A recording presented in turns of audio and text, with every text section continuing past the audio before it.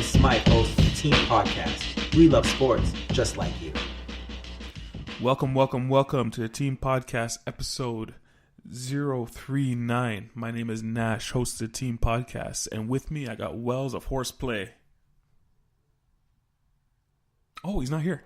Oh, we don't have Wells of Horseplay. No, we don't have Wells of Horseplay. Usually we're used to that cracking of the soda he has. The special soda. The special soda. And that voice you hear on the ones and twos is the great DJ Smythe. Not a DJ. So, no Wells today. No Wells. Our schedules didn't line up this week because we had to pod early. Yep. And he couldn't make it. He has things to do. Busy guy, to do, very important. Yep. But me and you are here, Smythe. Yep. Me and you are here, so we're gonna try and make it work. I mean, I feel like that's enough. No, it probably is. Right. Probably is.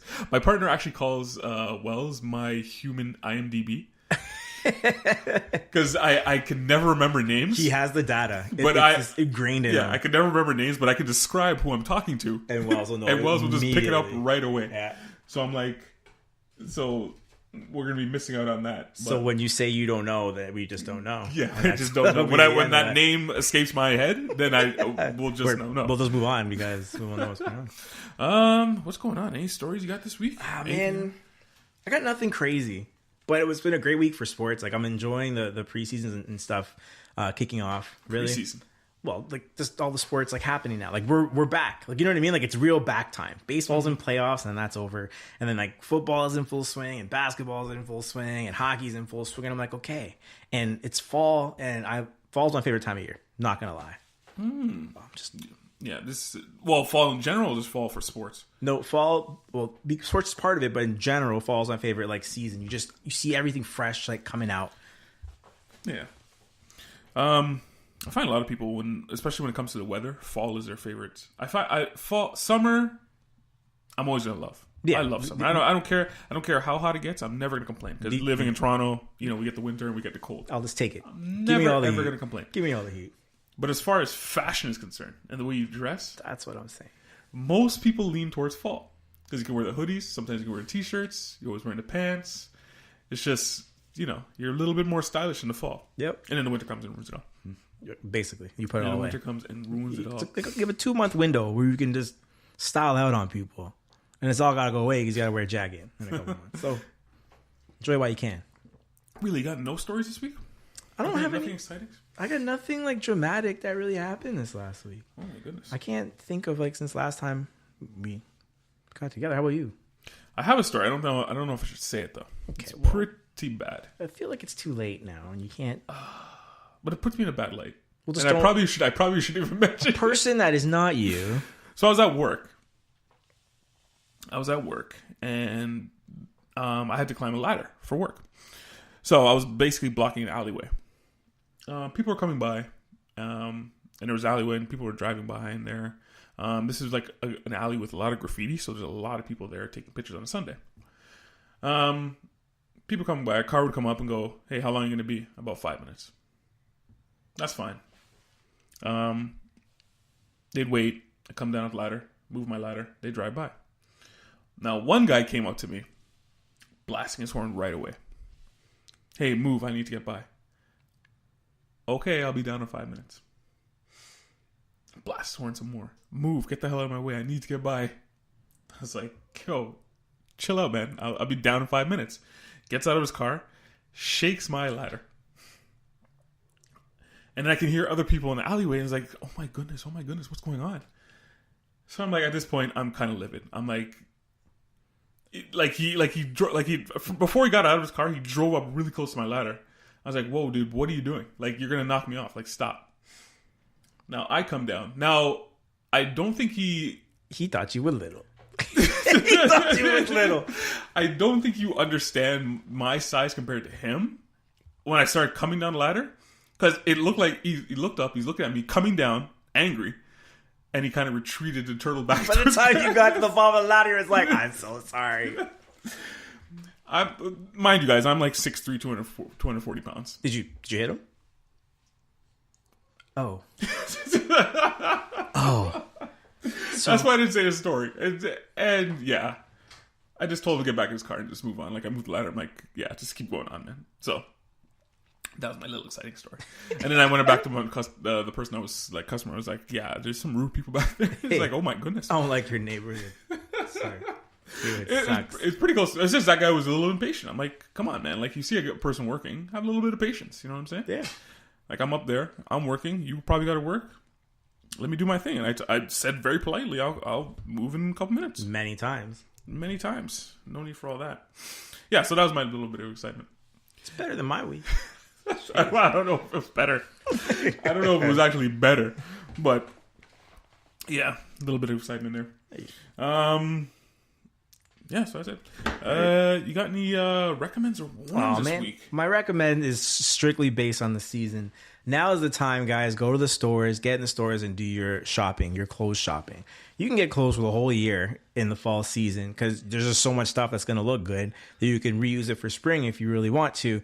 But you get out there, get your hoodie game up, put some nice outfits together. Are you one of those guys that like kind of revamp your closet for every season? Absolutely. I'm really bad. Like, I don't like buying fancy designer clothes because I don't plan on wearing the same shirt for 5-10 years. I'd rather get a consistent amount of clothes and keep replacing them. I like wearing new stuff all the time. I am the same way, right? And the store is pretty good for that. Is H&M. Oh, recommendations. Sorry, I know they're not really a sponsor, but they're because the prices aren't that crazy. No. But they're not the best quality of product out there. They're meant for a season. So you can have it for a year and get rid of it. If you're that type of person. Yeah. If you're that type of person. I mean. So, that's usually, I'll go out there. I just actually bought a hoodie from them today. Right. And yeah, so I like going, like, this is the time when I'm in the shopping malls the most. I'm just peeking out stuff and I'll grab some new things. And I think it's fun. And I think everyone should have a time when you splurge on clothes for yourself. Fall's the time. So fall's the time. Yep. Fall's the time. So as you recommend any warrants? Not really. Not really. No, it's a positive week. It's always a positive week. Last week I had only a warrant, I think. Sometimes I have actually you did, yeah. Yeah, just negative times as positives. How about you? So my recommend and warn is one in the same. What? One in the same. So as you guys know, I watch a lot of movies. A lot of movies. So people were talking about Young Guns. Now, do you remember this movie? Yes. Emilio Estevez, Charlie Sheen. Who's the guy from 24? Jack Bauer. Yeah, Jack Bauer. See, this is where Wells will come in handy. Basically, the 80s, I think they were called the Brat Pack. I think in the 80s they were called the Brat Pack. It's basically a Brat Pack movie. Yeah. Now, you're going to watch this movie and say, man, this is horrible. But for some reason, I'm continue to watch it. I need to know what happens in this. I continue to watch it, and there was like this one thing they kept on saying because it's about Billy Gunn. No, Billy the Kid. Billy the Kid. It's about Billy the Kid, and he's basically like a little outlaw in the West and stuff like that. Man, it was literally like these guys decided, hey, you want to hang out? Yeah. What can we do? Let's make a movie while we hang out. That's let's make a movie and hang out. That's what it's like. They kept on saying, like it was like a superhero team, and they kept on saying, regulators, let's ride out. It was so bad. I feel like they were like, you know what? Those come to see us, so it doesn't matter what we say in this movie. I'm pretty sure that's what would happen. We're so good. I can't even call it a Western because it wasn't. Like, it was so bad, but I watched every minute, and I'll probably watch it again. So it's a must-watch, but it's not good. It is not good at all. That is hilarious. And that's my recommended warning. I think it was so bad. Oh wait, you know what? Let me just throw a quick recommend in there. Yeah, Peaky Blinders. Netflix. 3 seasons on Netflix. 1920s mob movie. Super good. Only is reason it a movie? why? No, it's a series. Oh, okay. Sorry. Yeah. But it deals with PTSD after World War One, and for that reason alone, it's great. I hate the soundtrack, so it is what it is. But great thing to watch. There's already 3 seasons of it on. Have you finished watching Maniac? Yeah, I finished it. And I don't know. Like, it ended with I'm like, okay, so, and I don't think they're making any more of it. So it's just here's what it is, and here you go. Which, and I was excited to get through the whole thing, but when I got to the end, I was just like, oh really? Yeah. So it's unfortunate. Maybe I'll check it. I probably won't check it out. Usually TV shows I just check out like the first episode and whatever. One show I haven't watched, and I was like hooked onto it. It was Black Mirror. Oh yeah, right. And I haven't watched last season. Oh, you should watch that. I know I should. Yeah. I see it all the time. I look at it and go, man, maybe next time. But there's a movie over here that yeah, I want to look at. The thing about Black Mirror is like you don't have to know what happened in the last one. They're all different. I know, yeah. So when you can just stop like where you are and just be like, all right, whatever. You're not going to forget anything, right? Because episode by episode. Apparently, season 5 has a like choose your own adventure episode. Oh, really? Which is going to be like how much filming do you have to do for that? Oh, wow, that's pretty cool. I'm very excited for this. Oh, that's interesting. It's gonna be obviously it's coming out on Netflix. That's interesting. Yeah. Oh, that's interesting. I want to see what that looks like. You hear Jordan? Was it Jordan Peele or Jordan McKeel? The guy who did Get Out. Jordan Peele. Jordan Peele. Okay, I mix up their names. I mix up their names. Names are very. He's gonna be, I think, hosting. Is it Twilight Zone? I think. Oh, is he bringing back the Twilight Zone? Is it Twilight Zone or was it another show like that? I can't remember. Anyway, I think he's bringing back the Twilight Zone. I think he's be hosting or whatever. Look it up. So that's gonna be interesting. Like another, like that was for the kids out there who don't remember. That was basically Black Mirror before Black Mirror. Just a bunch of weird stories and stuff like that. Exactly like Black Mirror. Yeah. So that's kind of exciting. That's gonna be great. I actually don't know what network is gonna be doing it. Like, you automatically think Netflix or something like that, but I'm not actually sure who's actually going to be doing it or whatnot. So, that's going to be kind of cool. Like, I'm very excited. Like, this is probably his next project after... I think he's filming another movie. I'm not sure which one it is, but this is, like, his next project after Get Out, excuse me. Yeah. So CBS Television Studios? CBS? No, they probably own the rights. Sounds very Canadian. No, CBS. Yeah. Not Canadian. All right, well. That's CBC. All right, well, that's it for that. That's one of the that idea. That's one of the major networks in the States. So CBS is bringing back Twilight Zone.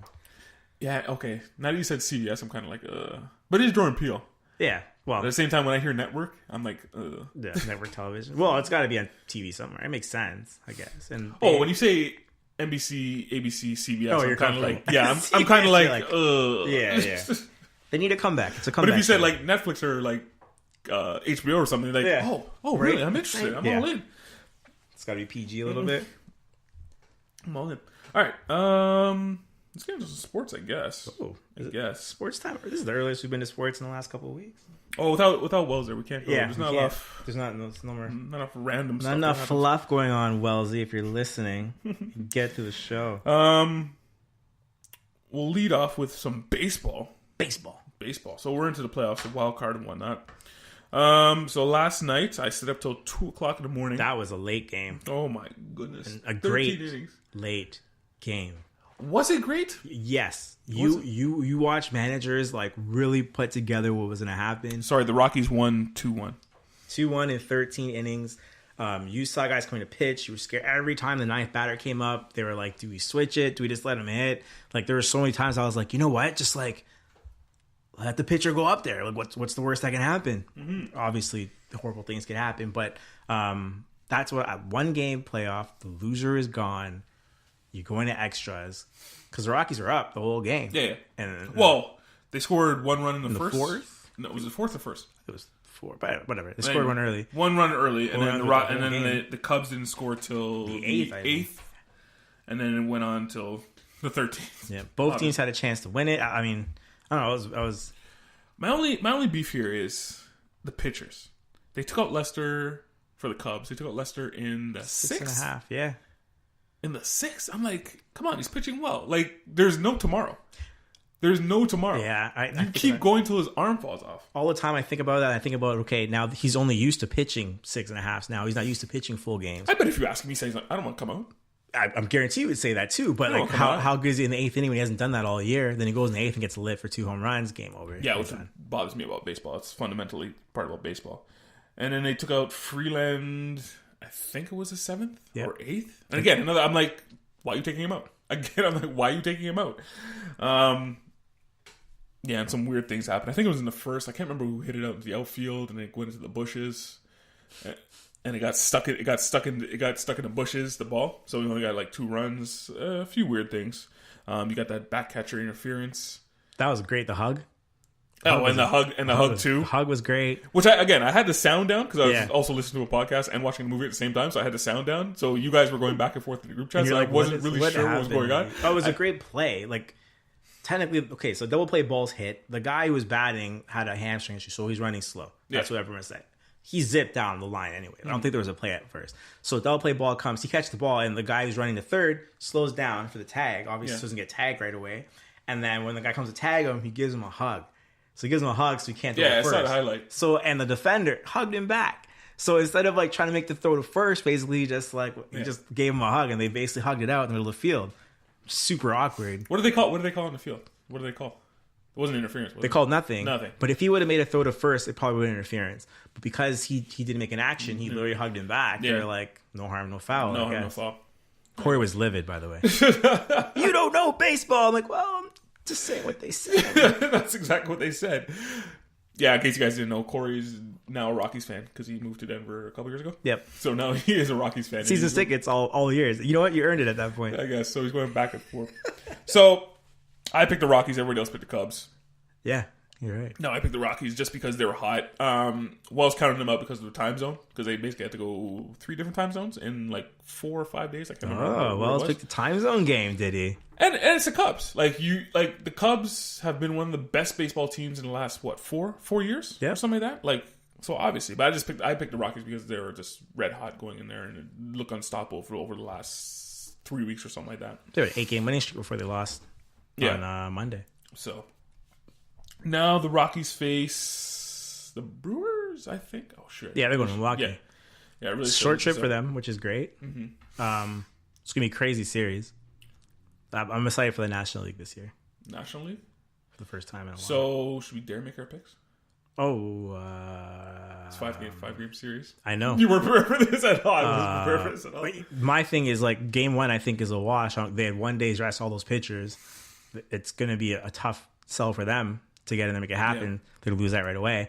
I'm gonna say Milwaukee. I'm gonna say 5. 5. I was gonna say Milwaukee in 4. Yeah. That's good. I feel like none of the series ever end in 4. It's either a sweep or 5 games for some reason. Yeah.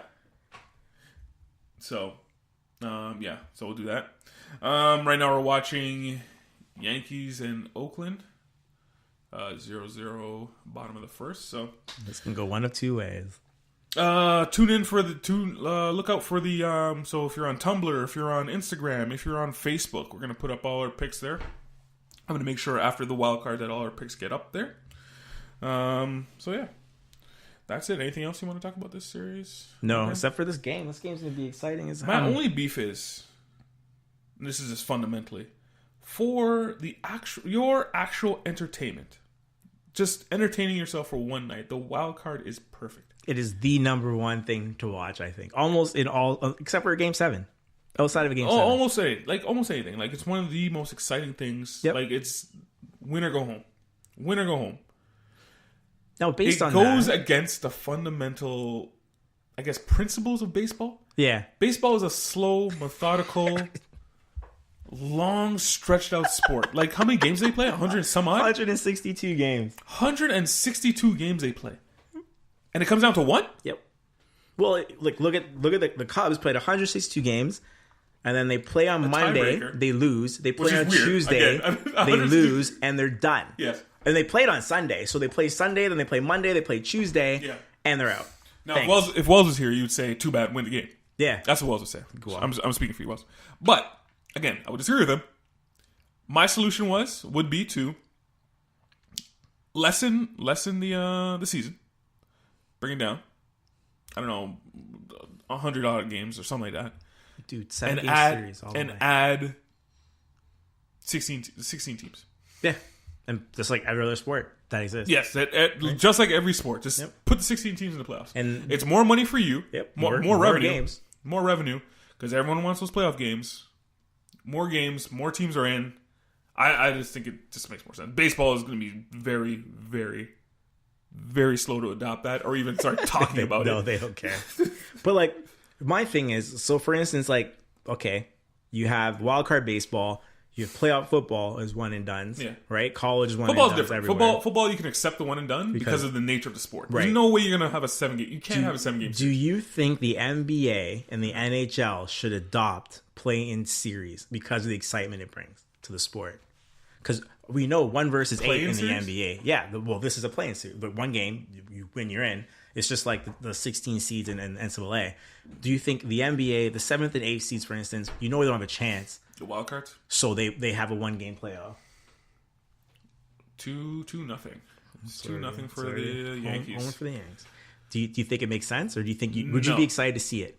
I would be just like, it would be exciting, just like the wild card races in like the other sports. Because again, I'm not saying that the wild card isn't exciting. I just think it's fundamentally flawed. That's right. I just think it's flawed. I just don't like it. It is exciting. Don't get me wrong. The wild cards in hockey are stupid. Yeah. I think hockey's playoffs is the worst playoffs out of all the sports. Yeah. Well, the concept of the wild card is ridiculous. Yeah. Playing out of your division is dumb. I think the NBA and especially the NHL should adopt the what do you call it? Crossover. So basically, you just have you place everyone 1 through 16, and however they fall, it falls. What if they're ties for the record? Do they then have a play-in and the one game decides who's the higher seed? But there's so many tiebreakers in hockey and basketball that I don't think that would ever happen. No. I don't think it's ever happened where they had a tiebreaker. No, they never play a game. There's like Yeah. away records or whatever. The thing about baseball I like is like records are the same. You're gonna play. They don't go to how many games in division you won. There's no way. Yeah, I think they go to tiebreakers. I don't know the tiebreakers, but I'm pretty sure they go. There are tiebreakers, and they were like after all the tiebreakers, they're like, you guys just play. Just fight it out. It's fine. Because it happens more. I think it happens more in baseball than the other. It happens sport. all the time in baseball. Where For some like reason. they play 162 games. I know. And like, how does that happen? But yeah. Well, you could chime in on next podcast how much you strongly disagree with me. Yeah. But whatever. So that's baseball for now. Baseball. Yes. This is a favorite time. This is Wells' favorite time too, because this is when we actually start talking more about baseball. On this show, since horseplay seems to be no longer on the air. Horseplay got murdered last week. I've never seen anything like it. It got buried 100 times. Which, you know what? The return episode would probably be even more glorious because DeFeo was so just against it. It's like DeFeo was digging his own grave. Like he's digging the grave and he's going to go into the grave and then bury himself. Right? Just throwing the dust on his head as he went along. All right, so that's that. Let's get into some football. Football. Let's get into some football. It's pretty good. It's okay. It's an okay week. It's an okay week. Let's start off with the Steelers. Let's start off with those Steelers. I always go to Wells first when I start with Steelers because we seem to talk about them every week, but they just can't seem to get it right. You know what, man? Was I right or was I right? Yeah, I'm almost getting it. First of all, Roethlisberger still played good last. He played week. okay. Yeah, he played, like in the second half. He couldn't find Antonio Brown. Because he doesn't look for him enough. He threw him 5 times last week. I don't know. You got to start receiver. You got to, and I understand like he's double teamed and stuff like that, but figure out ways to get the ball to him. Mm-hmm. You got to win football games eventually, right? Yeah. Oops, sorry. But like, how good are the Ravens actually? That was one thing I was. I called the Ravens to win the division. I remember you. And it was a defense basically that stifled everything. Yep. So it was 26-14 was the final. Second half was just awful Pittsburgh didn't even score in the second half. It was just awful. Mind you, the defense was really good for the Ravens and whatnot. But again, it's just like I said this before. Like you're gonna have one good week with Roethlisberger, one bad week. It turned out you had 2 good weeks in a row with Roethlisberger, and then this week was pretty bad. But like, is it like okay? So 274 yards. He threw the ball 47 times. That's too much for Ben. Right? You think so? Yeah, Connor had 9 rushes, and that's not this team. Mm-hmm. The running backs that touch the ball, 15 to 20 at the least. You got to have an offense that's balanced. They're behind. When you're behind, you throw more. Well, if it was Le'Veon Bell, would you be saying that? With 9 carries, absolutely. No, you'd probably be saying he needs more. Yeah, exactly. Yeah. So like I'm saying, like there wasn't enough of that going on, and I think the Connor kid's burnt out because he didn't do much this week at all. See, their defense used to be. So obviously your defense is horrible. It's very bad. We know that. It's atrocious. But what kind of counteracted that was their explosive offense. Yep. And I think without Le'Veon Bell, That's gone. You're not getting like he's a dynamic playmaker. Because you can also throw to him too as well as also hand him off for the run too, right? Yeah. So it's you're taking away a lot of that offense. Yeah, he carry your offense. He's reporting for week 9 apparently when he can't hold out anymore. Yeah. So they're gonna have a bye week. I thought it was week 7. Maybe it's week 7's a bye week, something like that. Oh, sorry. He's gonna report to the team for the bye week on week 7, and then he's gonna continue to play. So then he's back half of the year. Season could be already done by then. The way they're playing right now, they're the worst team. They're the worst team in the division. This is bad. I'm like, I didn't see it like coming like that. But the schedule was not easy on them. Outside the Browns, winnable game. Baltimore's a division game, always going to be tough. Mm-hmm. You have KC. Yeah, not easy. No, Buccaneers. Okay, well they won that game. And the Ravens. Yeah. So, yeah, it was the only win against the Buccaneers. Yeah. And that defense is just torrid, so they better win. That defense is just as bad. Just as bad. Maybe worse. So, yeah, and it was to me, it's, and again, if Wells was here, you say that's nonsense, but to me, it was all the talk going on behind the scenes of the Steelers. Yep. It just seemed like a broken locker room. I watched that game and I said, Nash was right. That's what I said. And I was like, well, we're done with that. Right? To the point where I'm thinking to myself, do you fire the coach? Oh. Does he have control of these guys? That's what I'm wondering to myself. I never thought about that. Do you fire the coach? Think of all your A-type personalities on that team. If their team's out of control, they can't perform on the field. Yeah. Anyone else, you'd fire the coach. But their coach is Mike Tomlin. He is one of the best. I'm not saying he's not a good coach because he could probably coach this league. Mike Tomlin. Or you could coach somewhere else. Because if you fired him, 100% he's going to pick up someone 100%. else. You could just coach another team. But is he done here? Is he done with the Steelers? That is a good question. Yeah. And I don't. And maybe you don't have the answer for it right now.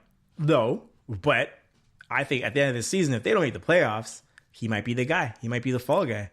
Because can't be anybody else. If he doesn't make the playoffs, you're thinking maybe. If they finish last in the division. When you don't make the playoffs, who cares? Who cares what place you're in? Yeah, it's either they keep you or they don't. If you're not in, right?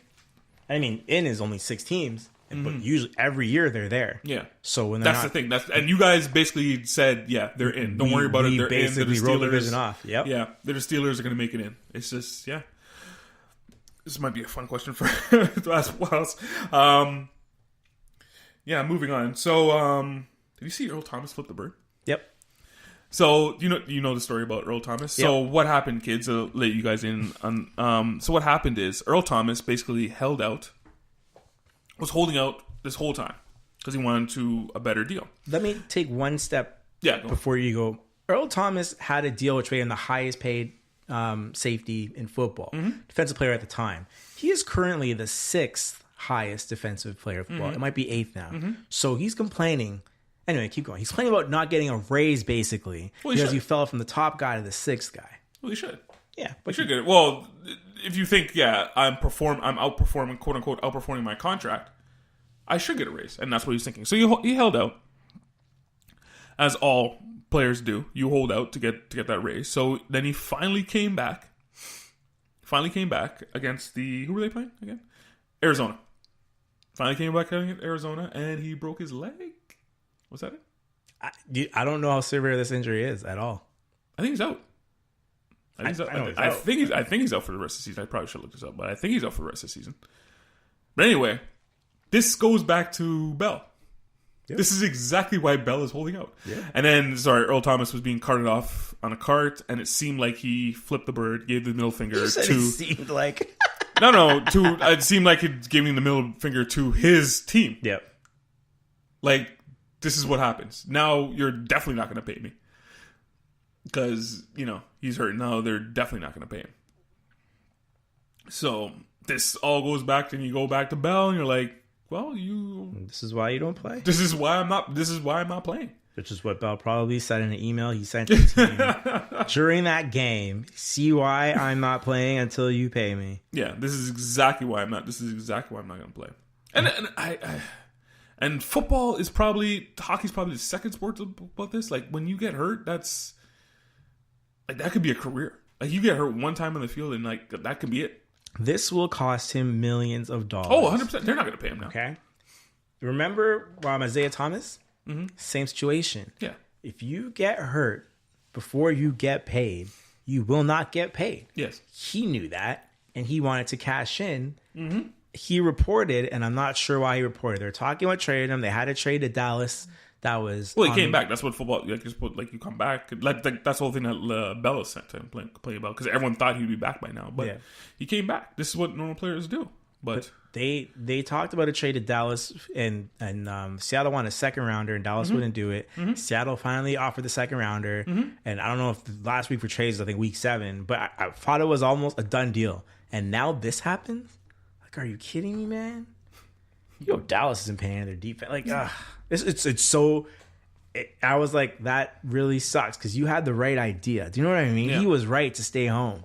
The Le'Veon Bell, you're right. I mean, they're giving you a lot of money. Don't get me wrong, but if your contract's not right, and you don't have to play, because in this league you actually don't have to play. They will fine you. There's no penalty. That's right. Don't play. Don't until they, because this could happen to you. This is the NFL. Yep. It's not 100%. Baseball. Earl Thomas broke his left leg. He's out for the rest of the season. Broke his leg. Left leg out for the rest of the season. Seahawks did win that game. It was 28-7, but Arizona's Arizona. The worst team. Arizona's Arizona. So they're not gonna. Yeah. Moving on. Man, the Fitz magic is gone, isn't it? It's over. The Fitz magic is gone. But this is my thing. So Fitzpatrick got taken out at the half, and then they put in Jameson against Chicago. Chicago beat them 48-10. This is my thing, though. This is my thing. Before you start pouring your love on Trubisky. Because it's coming. I would not have put in Jameson. No, there's no point. I'm telling you, I would have rode out Fitzpatrick for the rest of the year. The rest of the year? The rest of the year. Because you hate Jameson the person. Not because I hate him as a person. Whatever. As a football player, he's okay. I don't even think he's that good of a quarterback. No. He turns over the ball a lot. Yeah. A lot.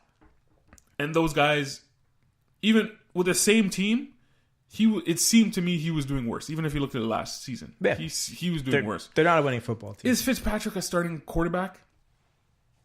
No. He's a good backup. He's a really good backup. He's probably above average when it comes to backups. Yeah, you're saying he's a glorified backup quarterback. Yeah. Here's my, if you're going to get, they got roasted. This defense is allowing over 30 points every week. It's very hard to win when you allow over 30 points week in, week out. There are holes everywhere in that defense. Yeah. Everywhere. So Fitzpatrick comes out here and gives you a fighting chance by putting a bunch of points. I would keep him in, to be honest. I mean, he didn't start out, but if he finishes this game, we know he's going to go for 400 yards, 3 touchdowns, and they'll lose 48-30. Yeah. You know, can Jameis Winston put up 30 every week? Last year he wasn't doing it. No. They were allowing the same amount of the open window is still there. Yeah. The Olay of defense that Tampa Bay plays is still there.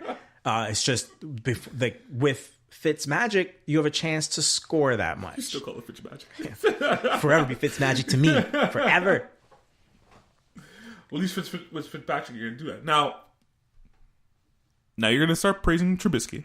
I know this is my thing. It's coming. You're going to start praising Trubisky because last week, if you guys didn't tune in to episode 38, we were rating the young quarterbacks, and basically the entire room, except for Smythe, were pooping on Trubisky. I don't like him. He's young. He's young still, but I just don't like him. Now, they did drop 48 points on the Tampa Bay worst defense of all time. So I'll allow you to go, but I'm just telling you, he dropped 48 on the Tampa Bay defense. Yep.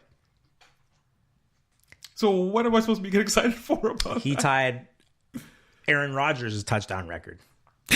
I'm just saying, it's hard to do, and he did it. Is it really hard to do? Yeah. The other quarterbacks did it against him, against the Tampa Bay Bucks. You're going to get 4, 5, 6. The other guy that throws 6 touchdowns in one game, guess who that is? This year. Mahomes. Yeah. Just saying, it's good company to be in as a young quarterback. Now, the Bears have a bye this week. But now they're up against Dolphins, Pats, Jets, Bills. 2 of those are auto wins. Some of them are winnable. The way the Pats are looking right now, you might be able to beat them. Maybe. I would give them a chance against the Dolphins for the Pats. The Pats must win now. Oh yeah, they're probably a must win. They must win Miami last week. They looked at Miami and were like, I'm sorry, guys, but we must have this game. And they just, right? Anyway, I'm still not sold on Trubisky. You can love him all you want. Well, you're going to hear about it in a couple minutes here. Like the book hasn't been written on him yet. No. That's why I'm like, what I see, I don't like. The jury's still out. Yeah. You're right about that. All right. Moving on again. Let's move over to the NFC East. Does anybody want to win this division? They say it's the toughest division in football, and It now is it's not- it because hasn't been no that- one's playing good. It hasn't been the toughest division in maybe 3 years. No. Well, there's always been one breakout team out of that division, and one team just runs away and they're great. 2 years ago was Dallas, 13-3. Last year was the Eagles, 12. 3 years ago when it was Dallas, Eagles and Washington wasn't good. Yep. And then last year, I don't think any teams were good. None of the teams were good. The Eagles. Except for the Eagles. The Eagles are the best. They're far beyond best. Yeah. And now Dallas finished 9-7. What do you want? They're going to do that. That's what they're going to do. They're going to finish 8-8. That's what they are. That's If you can guarantee one thing, the Cowboys will finish 8-8 Yep. every year. Every year. That's who they are. That's who they are. Now, Dallas beat who did they win? Who did they face off against this week? They face off against the Lions, 26-24. Yeah. Basically feeding Ezekiel Elliott the whole time. Yeah. This man was catching passes. I think he carried for over 200 and 20 something carries? yards of offense. Yeah, 20 carries this game. Yeah. For the first time this year. Yeah. It's like, to me, the Cowboys just discovered They have the best offensive line we have ever. Ezekiel. No, their offensive line's horrible. But they have Ezekiel Elliott. Maybe we should just give the ball to Ezekiel Elliott. And just let it happen. And let it happen. Now, again, it was against the Lions. This is another thing. It was against the Lions. Yeah. Like, that's not going to happen next week.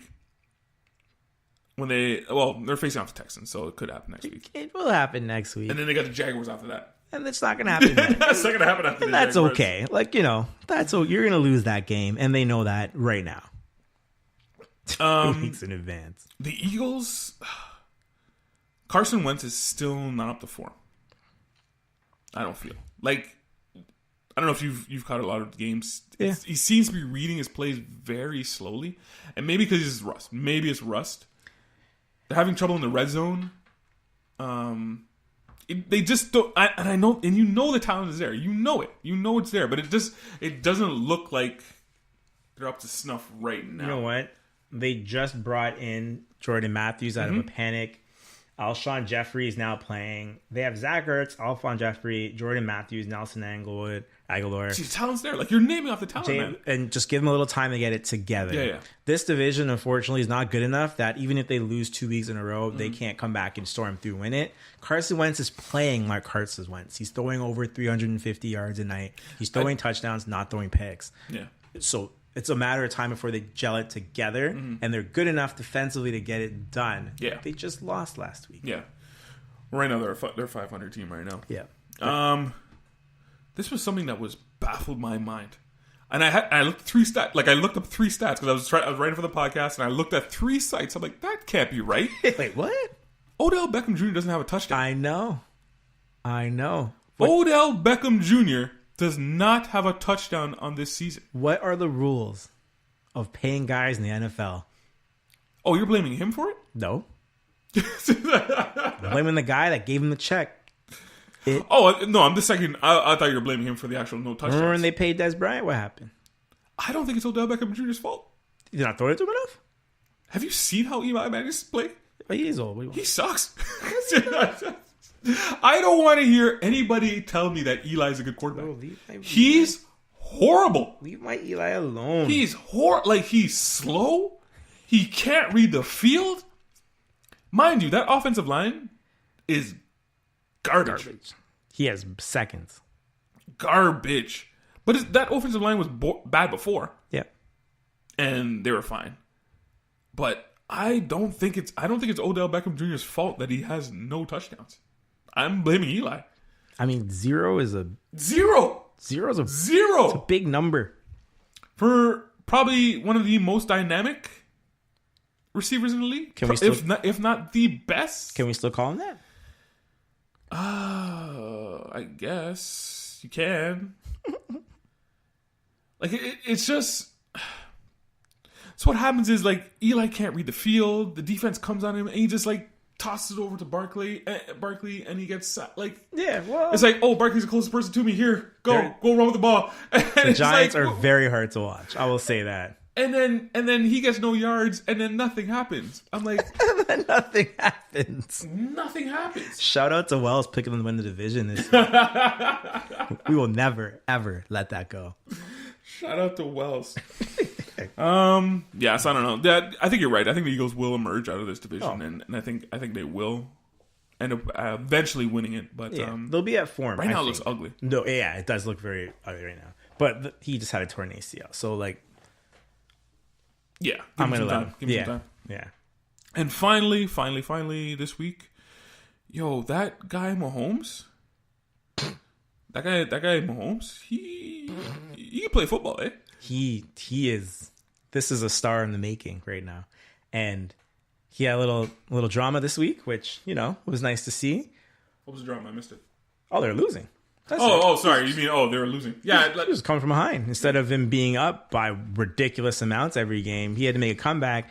He had to make a fourth quarter comeback. Mm-hmm. He had to make a fourth quarter comeback within the final 2 minutes of the game, and he looked poised and calm, and he looked like he's better than everybody else. He's better than everybody else. That's the most important part of it. You know what's crazy? Because me and you both, I think we're both in agreement. We don't really like scrambling quarterbacks. No. I think you just hurt your team more if you're like a scrambling quarterback. Especially that one guy who looks for that one receiver and decides, you know what, he's not there. I'm just going to run and do it myself. Yep. I just like it. It's nice to look at, but I don't think in the long run that helps your team. Yep. The difference with Mahomes is he was scrambling, but he's scrambling to throw. Yep. He's still looking to throw the football. He's not running him. He's still looking to throw the football. Which I can even say he learned it from Russell Wilson, because Russell Wilson does it a lot. He'll keep plays alive by scrambling around. Then he'll find some guy wide open for like a 50-yard throw. Which he even do that. He'd throw it. It's just get out of my hands to somebody. It was like he's too pretty. He's like, oh no, I gotta get away. I don't want to get sacked. But take the ball. Take it. Let's go. Now Andy Reid's offense does help a lot. Andy Reid's offense is fantastic till Thanksgiving. Okay. You might be right on that, but I think this offense is it might be ahead of the curve by about 2 years. Yep. You might be start seeing other teams start doing this. Now what they do is they spread everything out and they're running different routes, and it's just formations, just trying to find guys. He's using his stars. Like, he looks at Kelsey every single play, and if Kelsey's open, it's an easy play. Oh yeah. He's got Hill. These guys are just taking off and they're open all the time. All the time. And that's an Andy Reid just like looks at his team. Here's what I got. Let's make sure I use my weapons efficiently. Yeah. Like Tyreek Hill, if you see him do anything different than lining up, you freak out. Yeah. Right? And then Kelsey's wide open, so easy. It's just, and Sammy Watkins is like, there's so much going on there. It's hard to stop. Yes. And when you do stop it, because what happened was eventually they were manning up, and those guys were playing their hearts out. Shout outs to Denver Broncos, great football team. Those guys had those guys locked up. They had them locked up. And Mahomes just said, okay, well, I'm going to take this 5 yards here, take this 10 yards here. And you have to adjust for him scrambling. Then he's finding the open man. This is one of the weirdest things, because I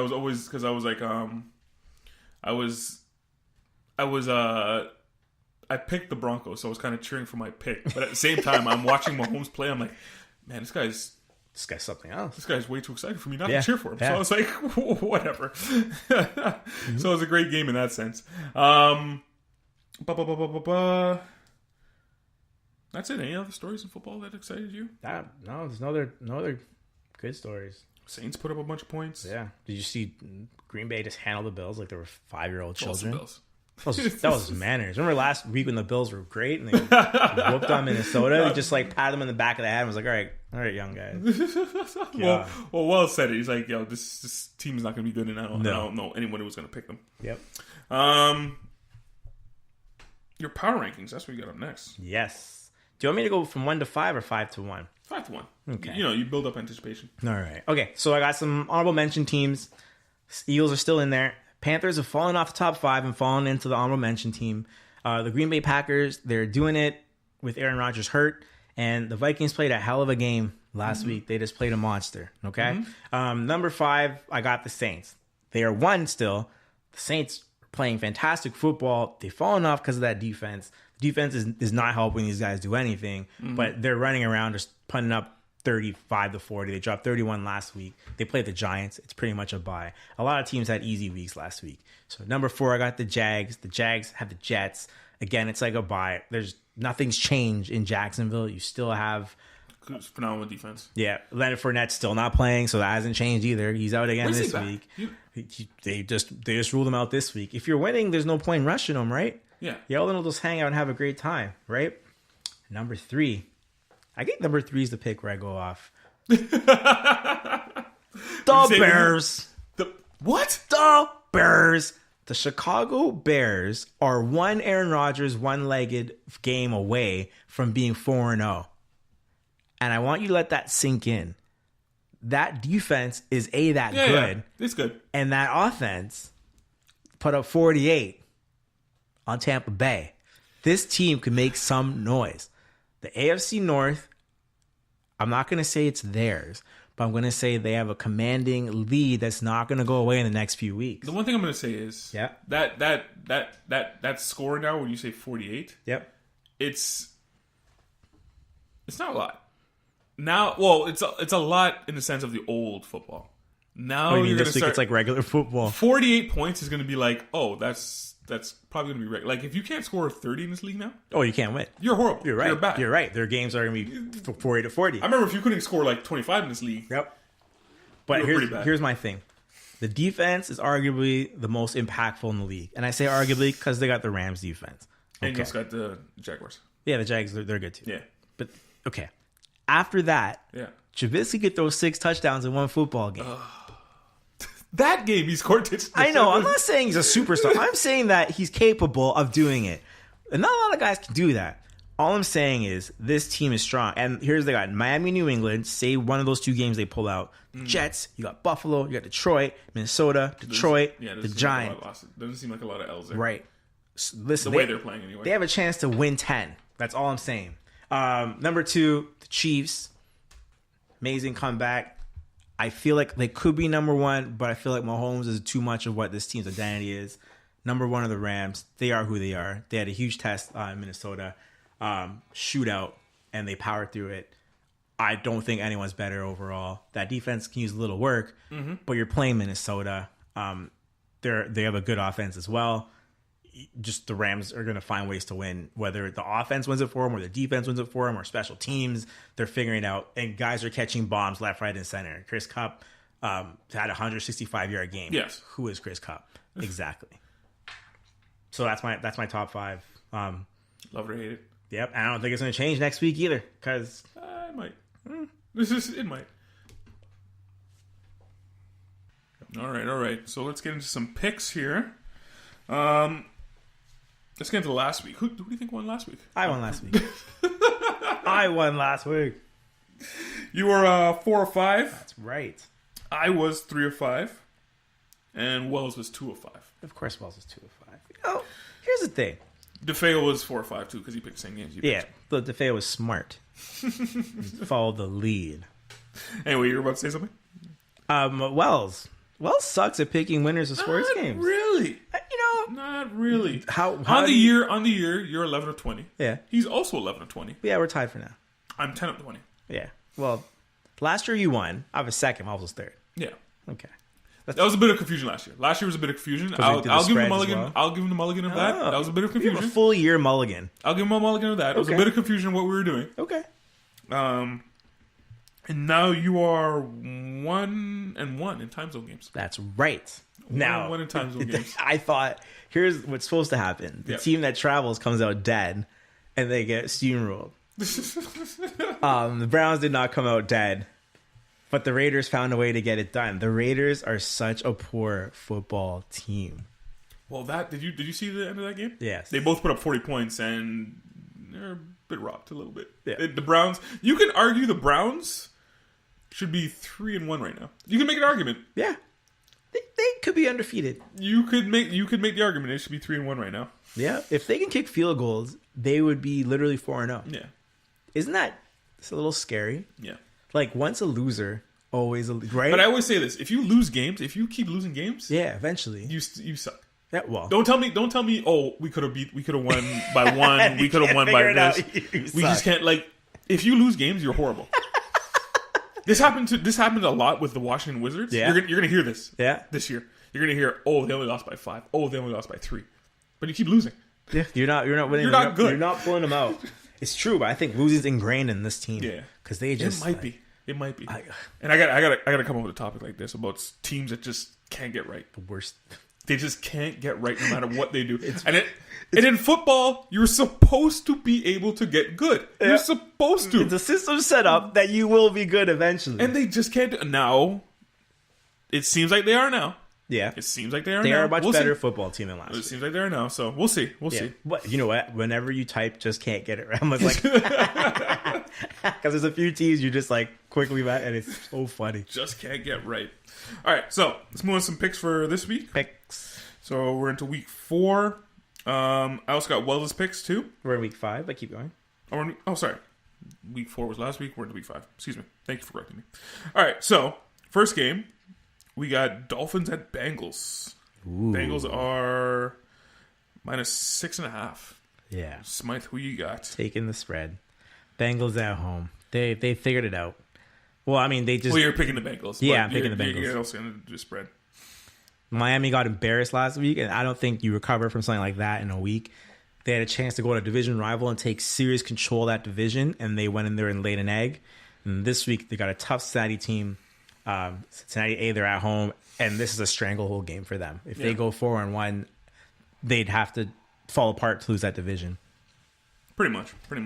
Wells also taking the Bengals. I'm also taking the Bengals.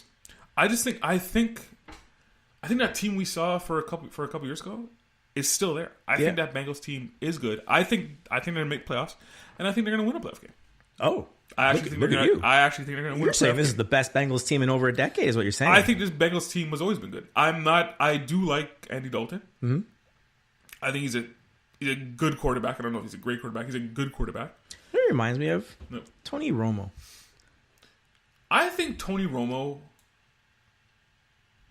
was above good. Above good. Like I always say this. If you took Tony Romo at the time and put him on the Seahawks, what would have happened? The good Seahawks with Beast Mode and Super Bowl winning. But here's the thing: 3 years in a row, probably, right? Like they'd have a dynasty. Here's Tony Romo came in and he did one thing to get the starting job. He threw the ball to Terrell Owens. Yeah. Okay? If you can connect with a star receiver, you're a starter in this league. Yeah. And he also had Jason Witten too. He did. But which Jason Witten's a great safety net. He's a Paul Pierce of football. Yeah, right? Tight ends are good safety Why net. is he good? I don't know. But he's just good. If you make that star receiver a star receiver, you're gonna start games. And I think Andy Dalton's got that with AJ Green. Yeah. If you throw him the ball all the time, you can remain a starter in this league. Yeah, for sure. I think you need that receiver. Most teams need that receiver. Yeah, you need a guy. You need that guy. Volume. We got Ravens at Browns. Ravens are -3. Who's that all? Browns are. Like I said, Ravens at Browns. Ravens at Browns. Who you got? Here's the thing. Mm-hmm. I'm only taking the Browns because Baltimore has to somehow throw this division away to Cincinnati. This is the perfect trap game for that to happen. You think they're going to throw it away? Yeah. Because you said you have them in the division. I think the Ravens are actually going to win that. I know, but I have Cincinnati winning it, and the only way they have a stranglehold is if Baltimore ends up 2-3. Mm-hmm. The only way they end up 2-3 is losing this game. Oh no, they'll be 3-2. So they're both right now. They're both 3-1 right now. So I think they're going to lose this game. I think Cleveland's going to come out and win. The Cleveland right now, they just dropped 43. Yeah. Was it 43 or 40? I can't remember. 40 because they lost. Yeah. But they're now used to scoring. They think they have a quarterback that can get the job done. He is accurate. He is very accurate. He is so accurate. And the one thing I hate though is because he's throwing it directly to these receivers. See, we gotta change this interception rules and stuff like that. As a quarterback, you should not get an interception or a drop or whatever. If it's both their hands? If it hits them in the hands and they drop it. Yep. That should not count against the quarterback. Yep. I got it to you. You dropped it. They got to change that. Well, the problem Baker Mayfield has is he turns the ball over a lot. Remember, he lost 2 fumbles as well in that game. He did, but not all those turnovers were his fault. Yeah, but they were not his fault. He might lead the NFL right now in fumbles lost. You see, as a first-year quarterback, I'm not really too concerned about that. The young guys drop it a lot, but It shows me you're not scared. Yeah, but As you get further on in the league, you have to figure that out. But it just shows me as a quarterback, you're not scared. You're trying to make something happen. Now, you can try too hard to make something happen. Well, but in the first year, I don't really watch the turnovers. With that. Yeah. I think that I'm okay with the picks. Picks are happening. If you're a quarterback throwing the football, you're gonna throw a pick. Yeah. But every time you touch him, he loses the football. We have to address that. Yeah. Or else. Yeah, and this is his first year, so he'll address that. Wells also has the Browns, and I have the Ravens. Easy to drop 40 points against the Raiders. Not the same against the Ravens. Not the same against the Ravens. Not the same at all. Yep. And they will get beat down. Ooh. Yes. Are you calling like a pro line has a +8? Are you calling a +8 on this game? Probably not a +8, but no. But they're losing. Okay. You're not going to see the same. You're not going to see the same last week's Browns. No, you're not going to see that. Jaguars at Chiefs. Chiefs are -3. Chiefs are -3. Who do you got? Now, this is the classic. What's it saying? Unstoppable force meets an immovable object. Yeah. The stupid dynamic offense of the Chiefs against probably this generation's next best defense in the Jaguars. So here's why I'm going to take the Jags. Ooh. Last week, the Minnesota Vikings figured out Mahomes. They were disguising coverages, sending guys, not sending guys. Broncos. Broncos. I'm sorry. Also great defense. But they figured out what the Chiefs are doing. Yeah. And they figured out how to confuse Mahomes. Was it really confusing? Because he kind of figured it out in the second half. Yeah, he figured it out eventually, but they know how to slow him down. It seemed like a lot of work. Yep. But he still figured it out. Now, compare Denver's defense to the Jags defense. Jags defense is better. Thank you. End of story. Can't pull it out this week. Wells is also picking the Jag. I'm also picking the Jag. This is the thing. Teams don't go undefeated. They just don't. That's not how this works. This is not how the league works. Yeah. Now, I always try to look at teams and go, when are you going to lose?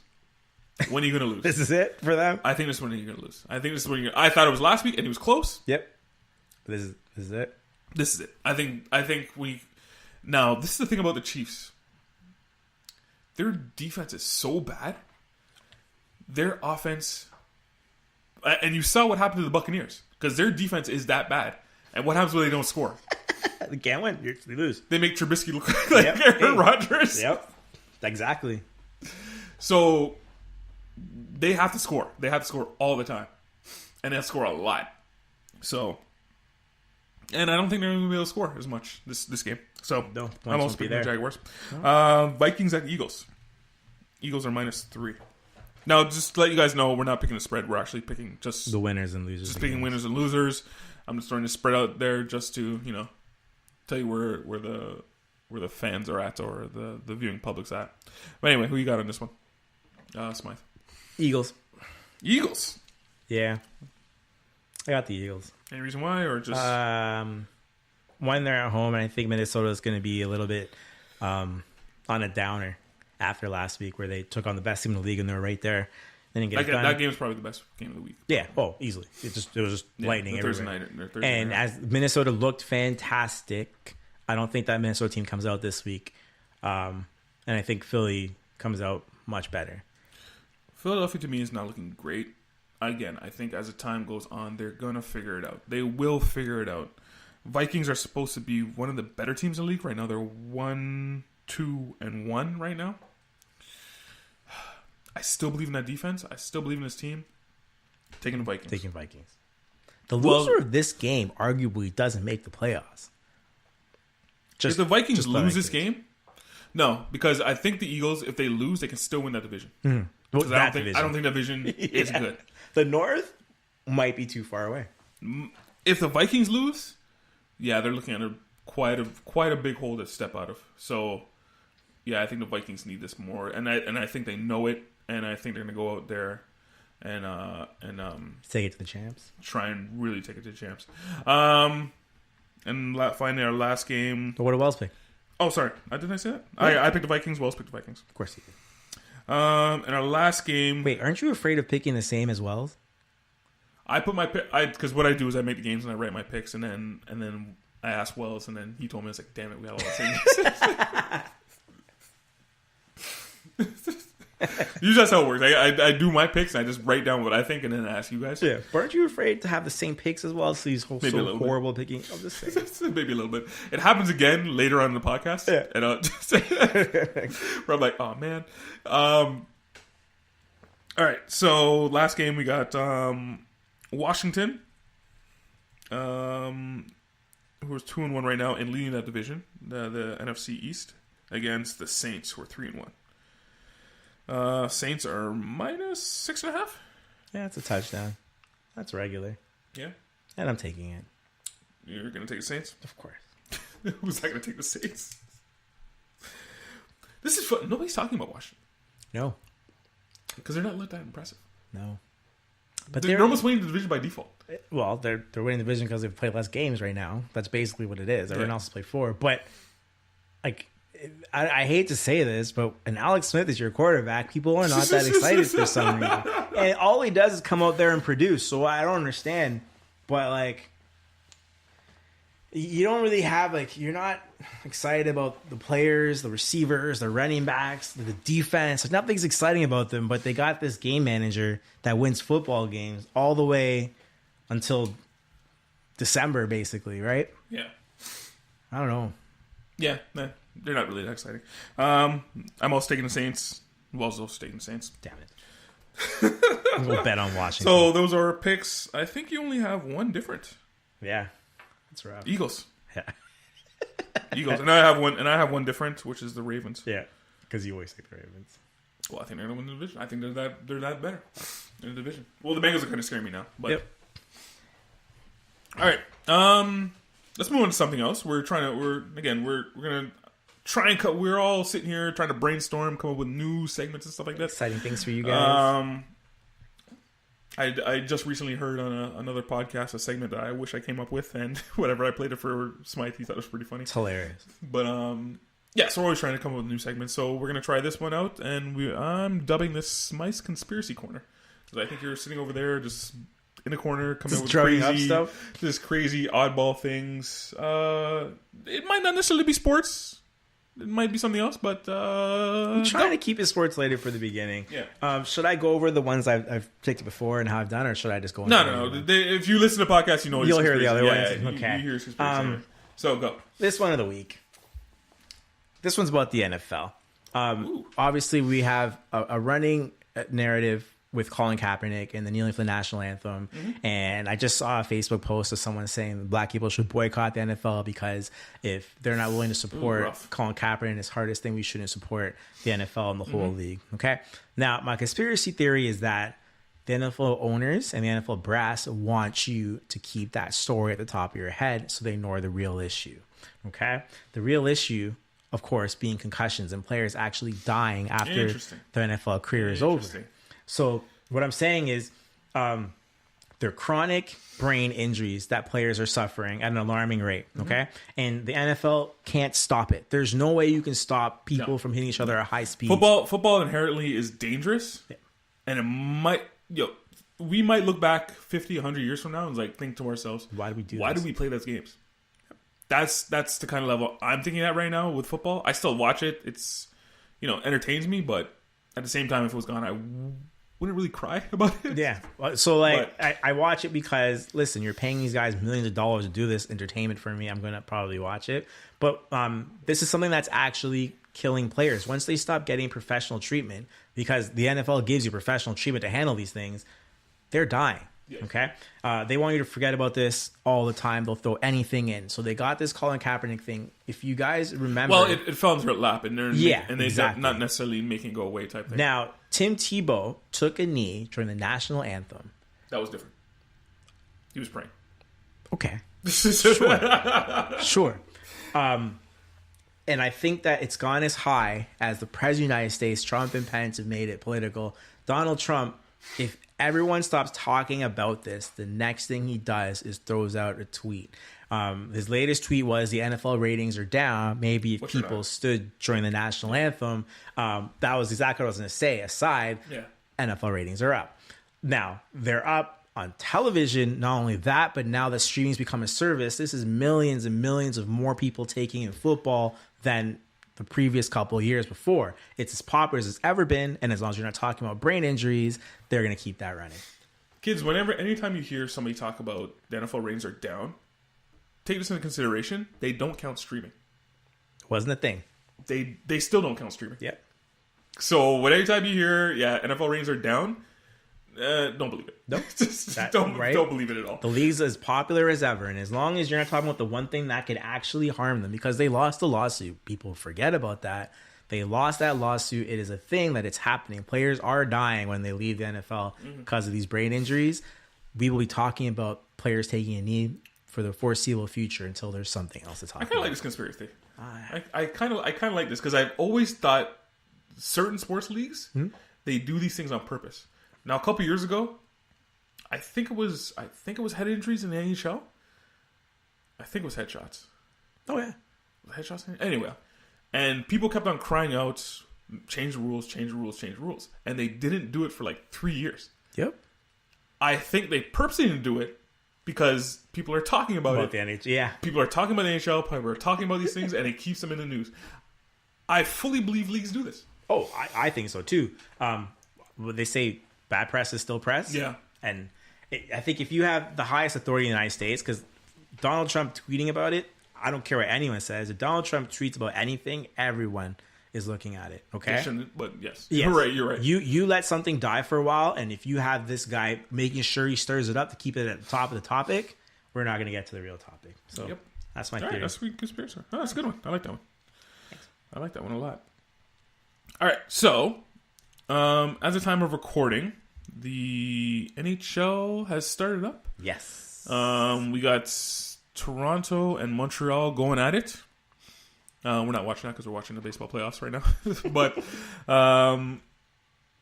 so I thought it would be a great time, or a good time, to get into our NHL preview. I think next week we're going to do our NBA preview. Yeah. So, but one thing at a time here, guys. One thing at a time, kids. So we're gonna. One thing at a time, youngins.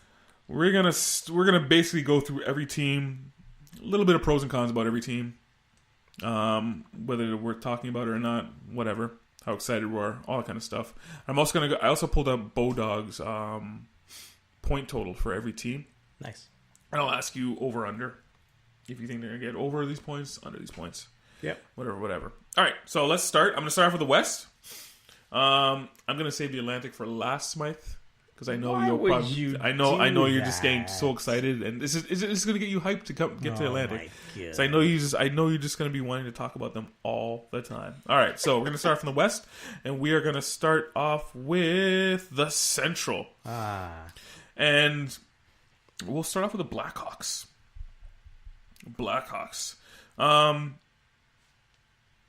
Not too excited about this team this year. Is it wrong to say they shown their cards too early, and now we're just going through years and years of them not being a great team? Well, they finished last in the division last year. Yeah, well, they're going to finish last division again this year. Yes. Corey Crawford, they don't know when he's going to come back. The goalie. They don't know when he's going to come back. He's unhealthy. Their defense is old. You want to say their two big guys are old, but they're only 30. They're not old. They just been around the block too much. Yeah. I think in this league and the way these kids are nowadays, you give them that 5 or 6 years straight run where they're in the Stanley Cup every year or whatever, they're close to it. They've had enough. And I hate Jonathan Taves and Patrick Canada, been there, done that. I think Kane is still going to give you the numbers this year. But that team is just it's done. It's done. And Chicago, you should be still proud about that because 3 Stanley Cups? Yeah. That's what a dynasty does, right? You're in the picture for 5 years. But yeah, they won 3 Stanley Cups. How long do you got to be in the picture for to be a dynasty? Well, dynasty to me is a little different, but whatever. If you want to get to my definition of dynasty. But yeah. I just think it's over for them. Best thing they can do is, finish last again. Best thing you can do is pray. Get a number 1 pick and, start to rebuild. And try to find your next one, right? Yeah. Very tough in this league. So Bodog has them at 84.5 points. Over, under. Nice. Over. You're going over, eh? Yeah. Come on. 84.5. Now, I mean 87, 88. Yeah. I'm going under with that. Worse than last year? Last year they had. Where are their point totals here? Sorry for this. This is bad. They're at 76. Oh, Jesus. I'd probably give you that. I'm going to give you that every time. Yeah, they're at 76. Wow. Last year. I think they'll be better than that. Yeah? Yeah. So you're going over it. Yeah. That is horrible. All right. Next, we got the Wild. Nice. Next, I got the Wild. Another team. High hopes for this team at one point, but man, they're paying a lot of money for some average guys. Yeah. Zach Parise, Eric Stahl. Eric Stahl did have a good year last year. Actually, the last 2 years. I think he had back-to-back 60-point plus. Yeah. So, but I don't know, man. Got a new GM. Yep. Paul Fenton. Mm-hmm. You got old guys with horrible contracts. You can't move them. You're stuck with their nucleus. Yeah. You got to bring young talent around him. He's going to try to find a steal and get these guys competitive. Yeah. But the problem is the division is too good. They're not going to be competitive enough. Oh, yeah. The division is very, very top-heavy. Yeah. Yeah, like I said, there's too many guys that are just paying. Like you said, the contracts are bad. Oh, they're horrible. Like a bunch of average guys. Like I can't remember how I was paying Eric Stahl. I think it's like $10 million or something like that. Good for him. Average? Oh, yeah, because it's from Pittsburgh, right? Yeah. No. Not him. Like he's good. He's good. Yeah, he's not yeah. $10 million worth. No, like, no. I think he's getting paid $10 million. I'm not too sure. Don't go on that. I think. Either way, it's too much. Even if you said it was $8 million, like, God, that's a lot of money. All right, Bodog has these guys at 95.5 points. Last year they got 92. Over under. Under. Almost going under. And I'll tell you why in a couple teams here. Next up, we got the Avalanche. The Avalanche, I like in the sense that I think they learned from the 2 years ago. Remember 2 years ago they had Patrick Waugh? Patrick Waugh. Yep. As a coach. I think they overachieved that year because they made the playoffs that year and were out the first round. Yeah. And then they thought they had a good team, so they went all in, and they didn't have a good team. It was just an anomaly of a year. Now they're taking their time with the young guys. They didn't do any. I don't think they did any trades this off season. No. Taking their time, can develop within, develop the young guys. They're gonna they'll be a contender eventually. Yeah. I think this team. I like what they're doing a lot. They'll probably be middle of the pack in this division. Last year they were at 95 points. Bodog has them at 89.5 points. Yeah, I have them at the bottom. I have them in the basement. Really? Yeah, but I have them at like 85. Under the Blackhawks? Yeah, 85, 86, and the Blackhawks 87, 88. You're going under, eh? Yeah. No, I'm going over with that. Really? You have the Blackhawks being better than the Avalanche? Yep. Oh, man. Yep. Yeah, I don't see that at all. Don't see that at all. So, the Stars. This is my because for Minnesota. I think that this team is not going to underperform this year. And that's a hard ask. Mm-hmm. Hard ask with these guys. The Fords are old, man. I know. The Fords are old. This is the last year of Spezza, though. Yeah. So he's off the books next year. Their Fords are old, but their defense is young. Yeah, I mean, and you got stars. You got Radulov. You got Ben. Yeah. Segan. Yeah. Spezza. Yeah. This is the year they don't disappoint me. Really? And they make the playoffs. Get ready to be disappointed. Right? I think they will make the playoffs, though. Okay. I do think they will make the playoffs, Yeah. but get ready to be disappointed. Okay. Okay. Over under, so they got 94.5 points. Over under. Last year they were 92. Over under? That's a lot of points, man. 94? Yeah. So you're under? Man, they gotta make the playoffs though. I'm going over. I gotta go over because I got them taking Minnesota's playoff spot. So you got them taking Minnesota's playoff spot. Were they in the playoffs last year? I can't remember. Yeah, they were, right? Yeah. I gotta go over to there. You know these wild card teams sneak their way in. No, they weren't. Better than Blues? No, Wilds weren't in there. Oh wait, sorry, Minnesota wasn't there. Sorry, excuse me. They lost against Winnipeg. Yeah. Yeah, so you're right there. Let's go to the Blues. Ooh. Probably the most improved team. maybe the Flames can make an argument for that. They're arguably the most improved team in the league. Mm-hmm. Adam Maroon, Bozak, O'Reilly. Yeah, up front they seem pretty good. They seem really good. The defense is good. The only draw against them is Jake Allen, the goaltender. If you look at his save percentage by month, it's by month. Go by month last season. By month, it's sliding down. It goes up and down. Yeah, okay. Every month it goes up and down, up and down, up and down. Braden and I think they're gonna go wherever Jake Allen takes them. It's excuse me. Yeah, I don't know. Any thoughts on this team? I like them a lot. You have a mean team. Now they went and they got a bunch of forwards. I don't know how chemistry in hockey works. I feel like in hockey the teams are who they are right away. O'Reilly, Perron, Tyler Bozak, Patrick Maroon. That's all basically to build a top 6 forward group. Tarasenko's still there. Braden it's a mean team. My fear again is Allen, but Allen 9.06 save percentage. But it was 8.96 in the new year. Yeah. Okay. So when hockey got a little more important, it got a little bit less. That's Jake Allen. Yeah. But what's 2.99? This team could score more than 3 goals a game. You're going to win a lot of games. Maybe. Yeah. Right? Pietrangelo still there. You know what? It's a good team. I'm going to say they finish above one of the 2 top teams. Ooh. That's not happening. I know. That's not happening. I know. That is not happening. Yeah. 96.5 points. Last year they finished with 94 points. Under. Over. Almost going over. Go almost 100. Yeah, you might be right. Next up we got the Preds. Preds. I think me and you very high on the Preds. Yep. Very, very high on the Preds. You have any thoughts on these guys? I love them. I wish they'd win a Stanley Cup already. They added Ham Hughes over the defenseman, just shoring up their defense even more. They probably arguably have the best defense in the league. That's 6. Very poor. They do not have a number 1 centerman. I've said this for the last 2 years. They brought back an old dude. Who did they bring back last year to play? Mike Fisher? Yeah. Like, come on, man. Like, get it together. But the team is still solid. Like, solid. Now, my only thing is, Pecorini, their goaltender, he's 35 years old. Yeah, he's a goalie. Yeah. He'll get hurt. How much he got left, though? That's the whole thing. Yeah, right? yeah. How long can he play? President's Trophy winners last year.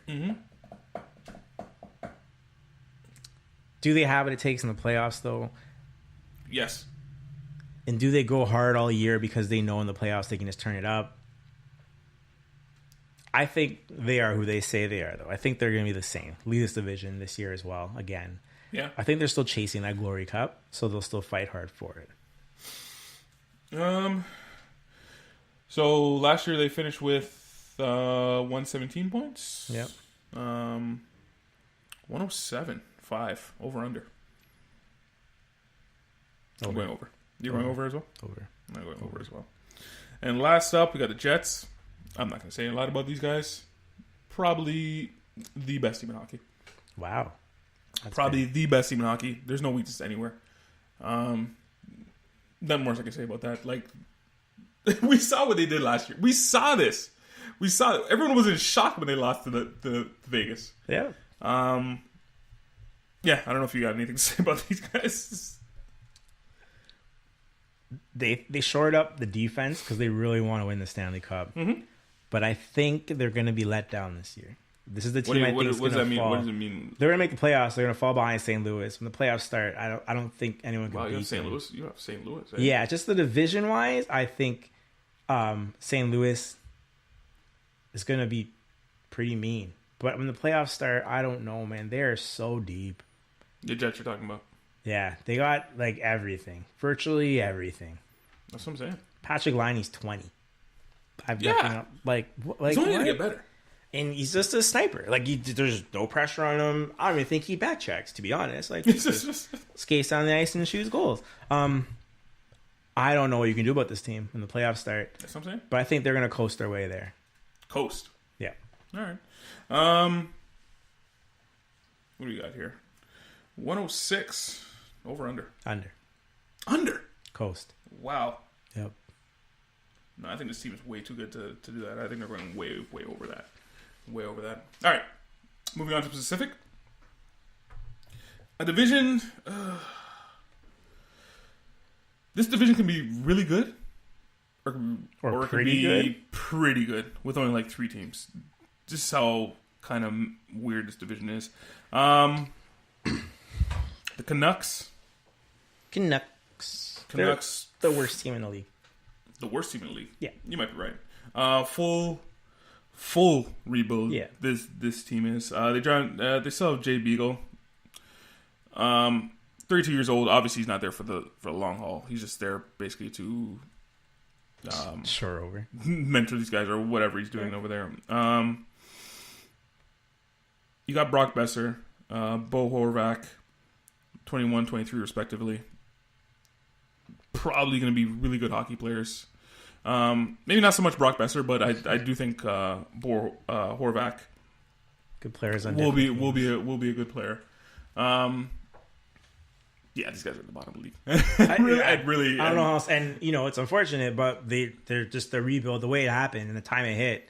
Like when the Sedins were too old. They're still getting now. They're gone, and they don't have anything to replace that. Bozer's okay. He kind of Boser, whatever. He reminds me a bit of Taylor Hall, and he might sprout later. Might sprout later? Yeah. You might be right. He might sprout later. Because this year he can't help this team. I don't care what he does right now. It's like a Jack Eichel. I'm gonna get to that guy. I'm gonna get to that guy. Right? Over under 77 points. Yeah. 77's not enough. They will score more than 77. Like, yes, over. Really? Yeah. Wow. I'm going under. Yeah, like how bad can a team be? They're pretty bad. They are pretty bad. Last year they had 73. Jesus. Coyotes. Yeah, it's the other bad team in the division. This is a team that everyone, and every year, and again, if you go and start listening to all these talking heads, they will tell you they're going to improve. They're going to improve. They're going to improve. They've been saying this the last 2 or 3 years. They never improve. No. And I don't see any reason for them to improve. I think Alex Galchenyuk's going to have a breakout season. Really? Which will be great for him. Not great for this hockey team. They're at the bottom too. Yeah, I don't see it. They're going to be finishing the division. Only question is who's going to be worse, Canucks or... They'll be better than the Canucks at least. I think they'll be better than Canucks. But I don't see anything. I don't even know why this team's in the league, quite frankly. You're like, so they even play hockey there. It doesn't make any sense whatsoever. 81 points over under. Last year they finished with 70. Man, I gotta wonder now. Under? Jesus. I'm also going under. Edmonton Oilers. This is where it gets interesting. The rest of this division. The only thing they did was bring in a backup goaltender. I know. Didn't do anything. Now, what I think they're trying to do is everyone on that team last year underperformed. Yeah. Because I think all of us here, including Wells, we all had them in the playoffs. I think we all had them, second or around there. Because the year before, they were great. Yeah. And they got arguably, you call him the best hockey player in the league. I'm still waiting. He's going to get there. But you're saying it's not his time yet. Yeah, not his time yet.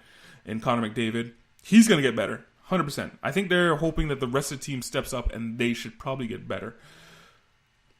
Me personally, I have them out of the playoffs. I don't know what you're thinking. You know what? Sucks for them. There's no space for them this year in the playoffs. They got to miss it again, unfortunately. Yeah. There's just there's so many good teams that they either scratch and claw their way in and get blown out, or they just get another decent draft pick out of it. And I hate wasting Connor McDavid years, but I don't think they're better than the top 4 teams. Well, he's signed there. They're not in the top 3 for sure. Yeah. And you have 2 teams that you can, and there are 2 very good teams you're competing with for a playoff spot. The way this NHL is set up. Well, he signed there. That's his. Hockey players, I don't understand. What? What? I'm looking at Connor McDavid. You're probably one of the best and probably going to be, and you sign in Edmonton. Well, where else is he gonna sign? Anywhere else. Anywhere else. Do it But to yeah, theirs they're always thing. going to take that contract. Like, he's there for, 10 years now? I was like, wow, that's a long time. Well, he had an Ovechkin contract. You're just gonna play your days there. Yeah. I wouldn't have played in Edmonton either, but whatever. Whatever. Life is hard. 90 points over under. Last year they were at 78. Over. Over 90 points? Yeah. Wow, interesting. I'm going under. The Kings. Listen to last year's NHL preview show. Yeah. I'm going to say the exact same thing I'm going to say now.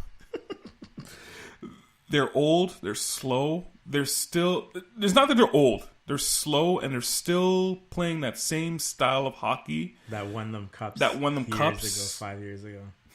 Yeah, about 5 years ago. Well, it's because they're not fat. They have good players, but they're not fast. And they still... And I think even Drew Doughty said it. He's like, I love it. I love the fact that we still beat up on players. Like, they still play that heavy hockey. Still hit guys hard. When everyone else is going the opposite way. Where they're getting smaller and faster. Again, I said they weren't going to make playoffs last year. I was wrong. They made the playoffs. They're on the first round because they faced Vegas. But I think they're going to miss playoffs. This is it. This is it for them, you think, this year? I don't think so. I think the Kings play a brand of hockey that'll get them there every year. Drew Doughty's about to sign a fat extension. He did. So, I mean, it's got to earn it. Hockey's different. In football, you don't sign the big extensions. In hockey, you sign them. Those guys perform once they sign them big fat deals. Ilya Kovalchuk, I cheer for him forever. Yeah. I hope he comes and has a great year. Mm. I think this year they go back in that same series and they win it. You think they'll face against Vegas again and they'll win? Yeah. No. Remember, they didn't win a game. Oh, I know. It wasn't even close. It looked really bad. Because the Kings are 2 lines deep and Vegas was 4 lines deep. Yeah. The end of the series. 92 points over under. Last year they had 98. Over. You're going over? I'm going under. Over. I think this division is gonna be the top bunch of teams are so close in points, just all sitting together at around 95.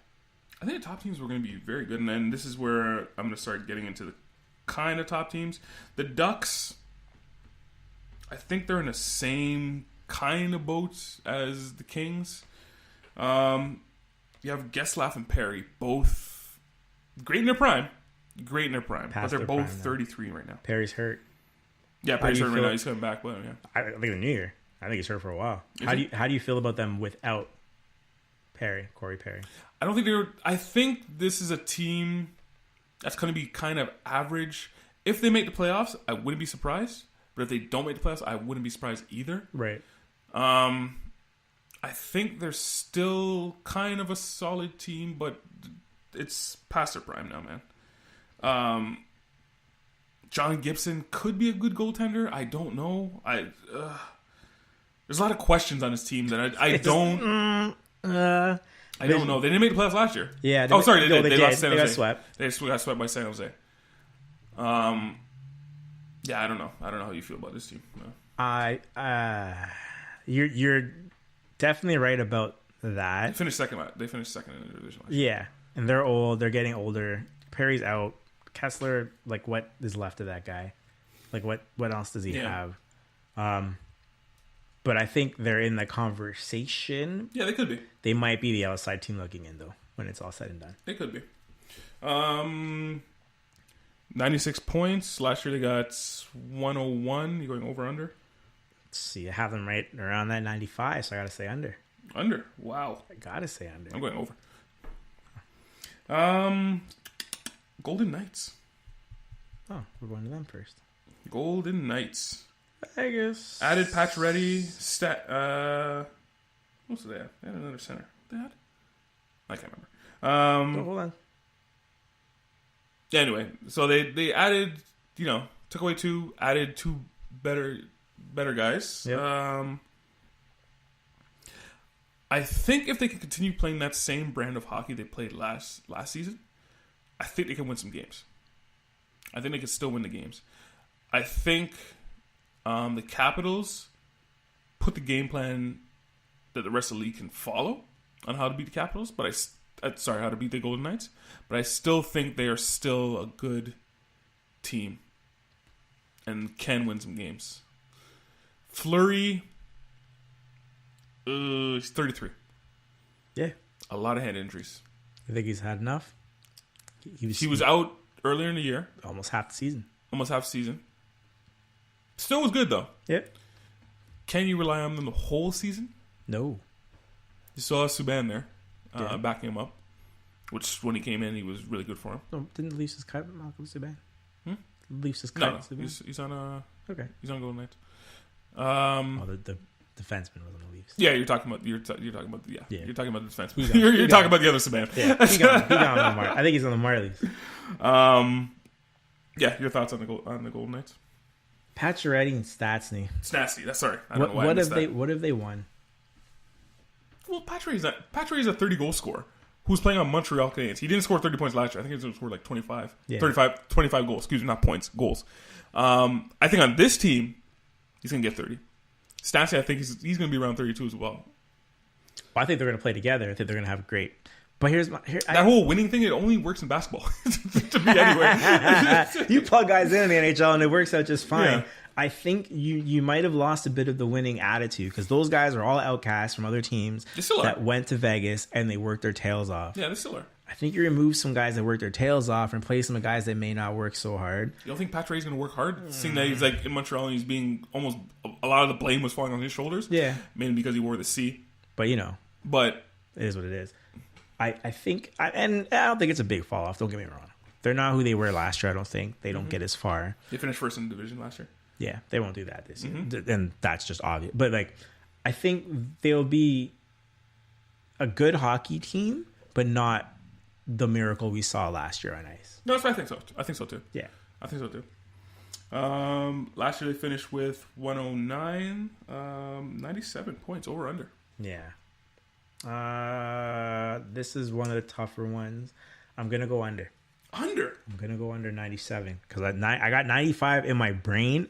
I have like 5 teams like right there. This division, it seems like you don't have them scoring getting a lot of points. I know, like someone's got to get 100 points.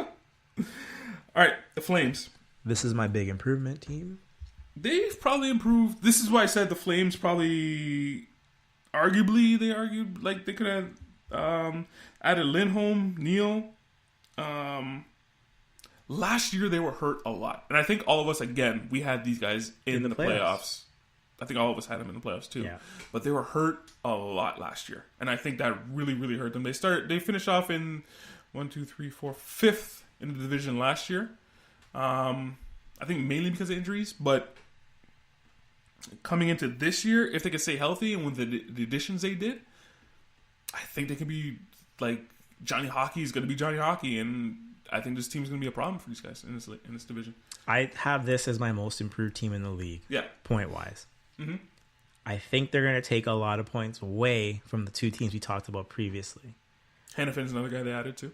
Yeah, the defenseman. Monahan, James Neal, like this. Yeah. The writing is on the wall for these guys to have 100-point plus season. Mm-hmm. I agree with that. Last year they had 84. Over under 93. So they're already 10 points improved. I'm going to put them even 10 more than that. I'm going to say over. Yeah, I think they're over. I think they're around 100. I don't know if they get there though.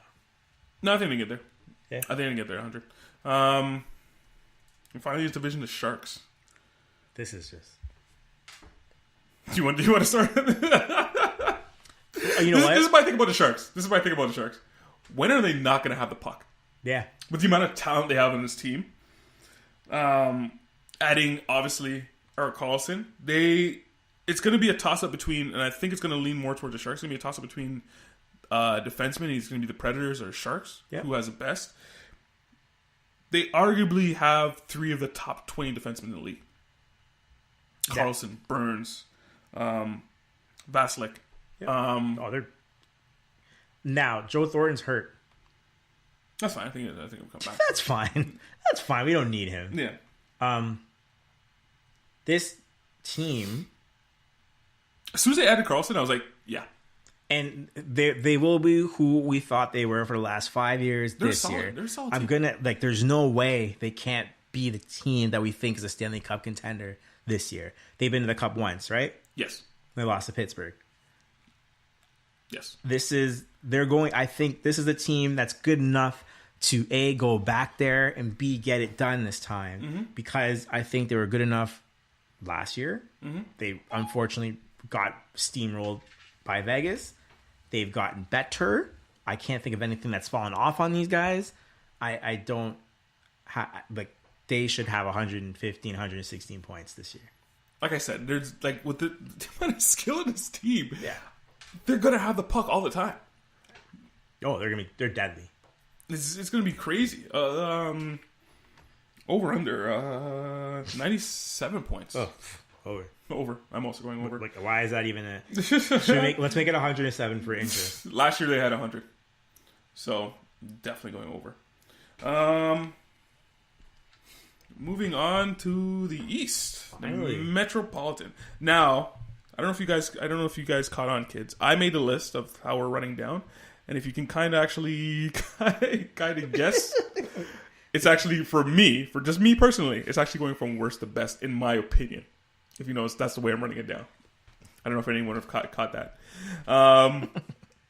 So we're gonna start with the Metropolitan. Now this is a toss up to me as far as last place.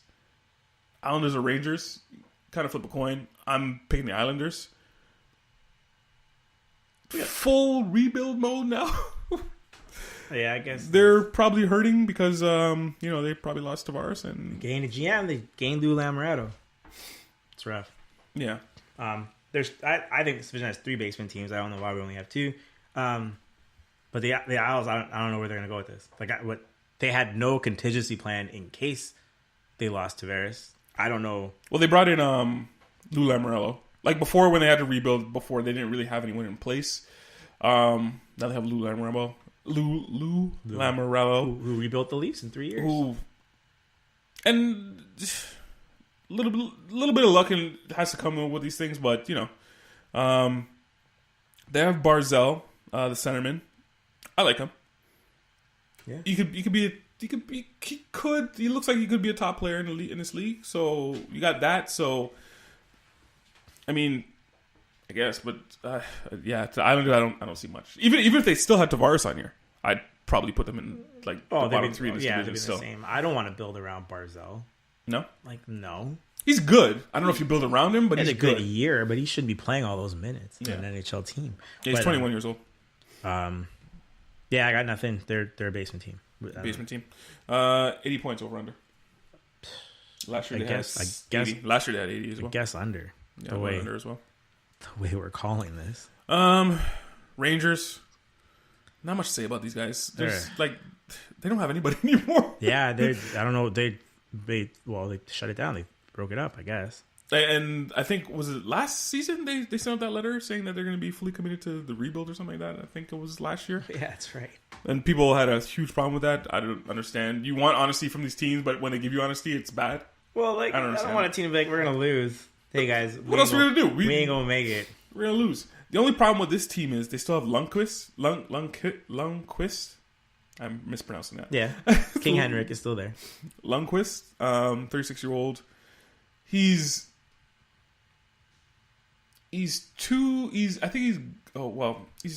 good enough to maybe win you some games, but I don't know.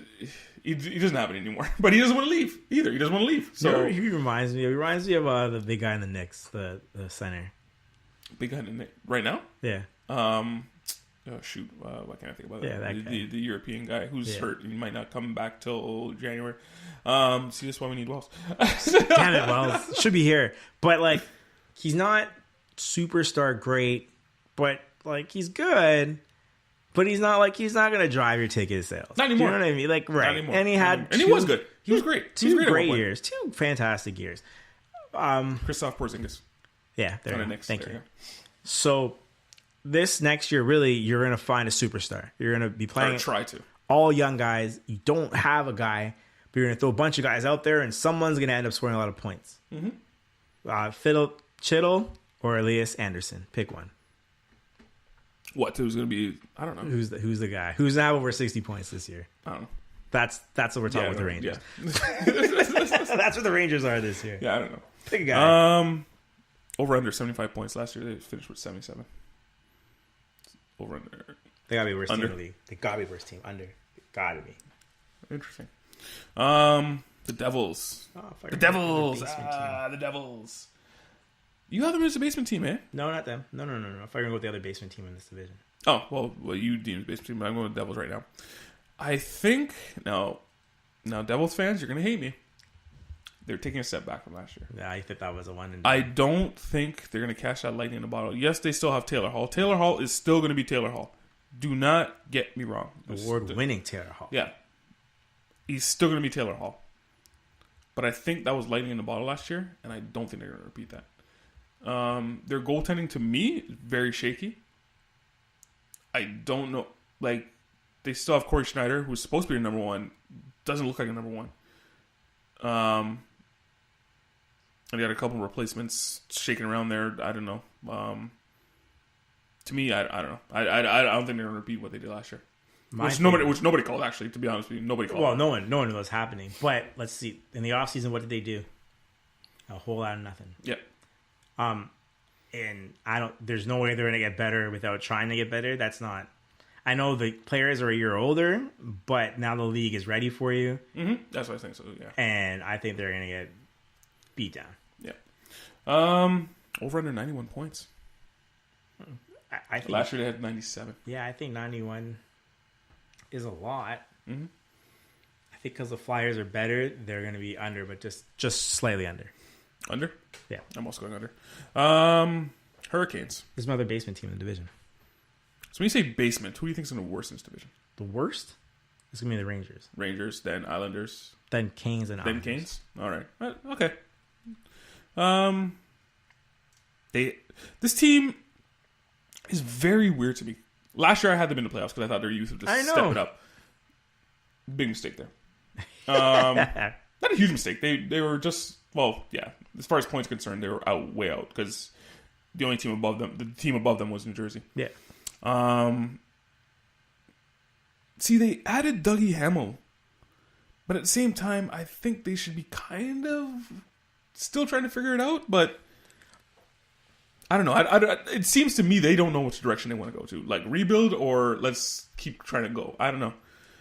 Well, and you have them as one of the worst. Yeah, in the bottom three division, they have the worst starting goaltender, and just Scott Darling. Worst save percentage at .888 of any goaltender to appear in 40 games. That's bad, man. Yeah. And there's nothing I can hear or see or anything that they've done that'll make this team better. Oh, here's the thing. They're going to be wearing the Hartford Whalers. Which, that's the best thing about this team, is the Whalers throwbacks are coming. And I was actually I was going to about to say that, and I was like, that's the only thing I'm excited for with these guys. But the thing about the Hurricanes is they're never that bad. So if the Hurricanes end up with around 90 points, I'm not surprised at all. Over under 85 points. Yeah, over. You're going over, eh? Last year they had 83. Yeah. I'm also going over too as well. The Flyers. The Flyers. Good team. They have Ghost Bear. I'm just using his nickname. I'm not even going to try to pronounce his name. Ghost Bear. I'm a big fan of Ghost Bear. They have a really scary mascot. That thing is insane. Gritty. Please, kids, Google it. I don't know. What? I think they made that thing on purpose just so people could talk about it. Oh, of course. How scary that thing is. That thing's driving conversation forever. And again, this has been the story about the Flyers forever. No goalie.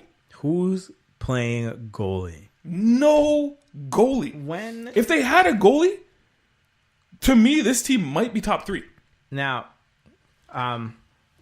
Carter Hart, prospect goalie. Yeah. He's not good. I don't think he's good. They say he's not far off. He's in the minors now. Mm-hmm. Yeah, if this team comes out good, You gonna put it in Harden? they might call him out up How and old's Harden? throw him in between the pipes. Sorry, I shouldn't say he's not good because he's not. He's how old is he? I can't remember. He's young. He's a prospect. Okay. Prospects are probably, he will become their goaltender eventually. It's just how early they get him in, and they get him in enough to make a Is that kind of difference. scary though?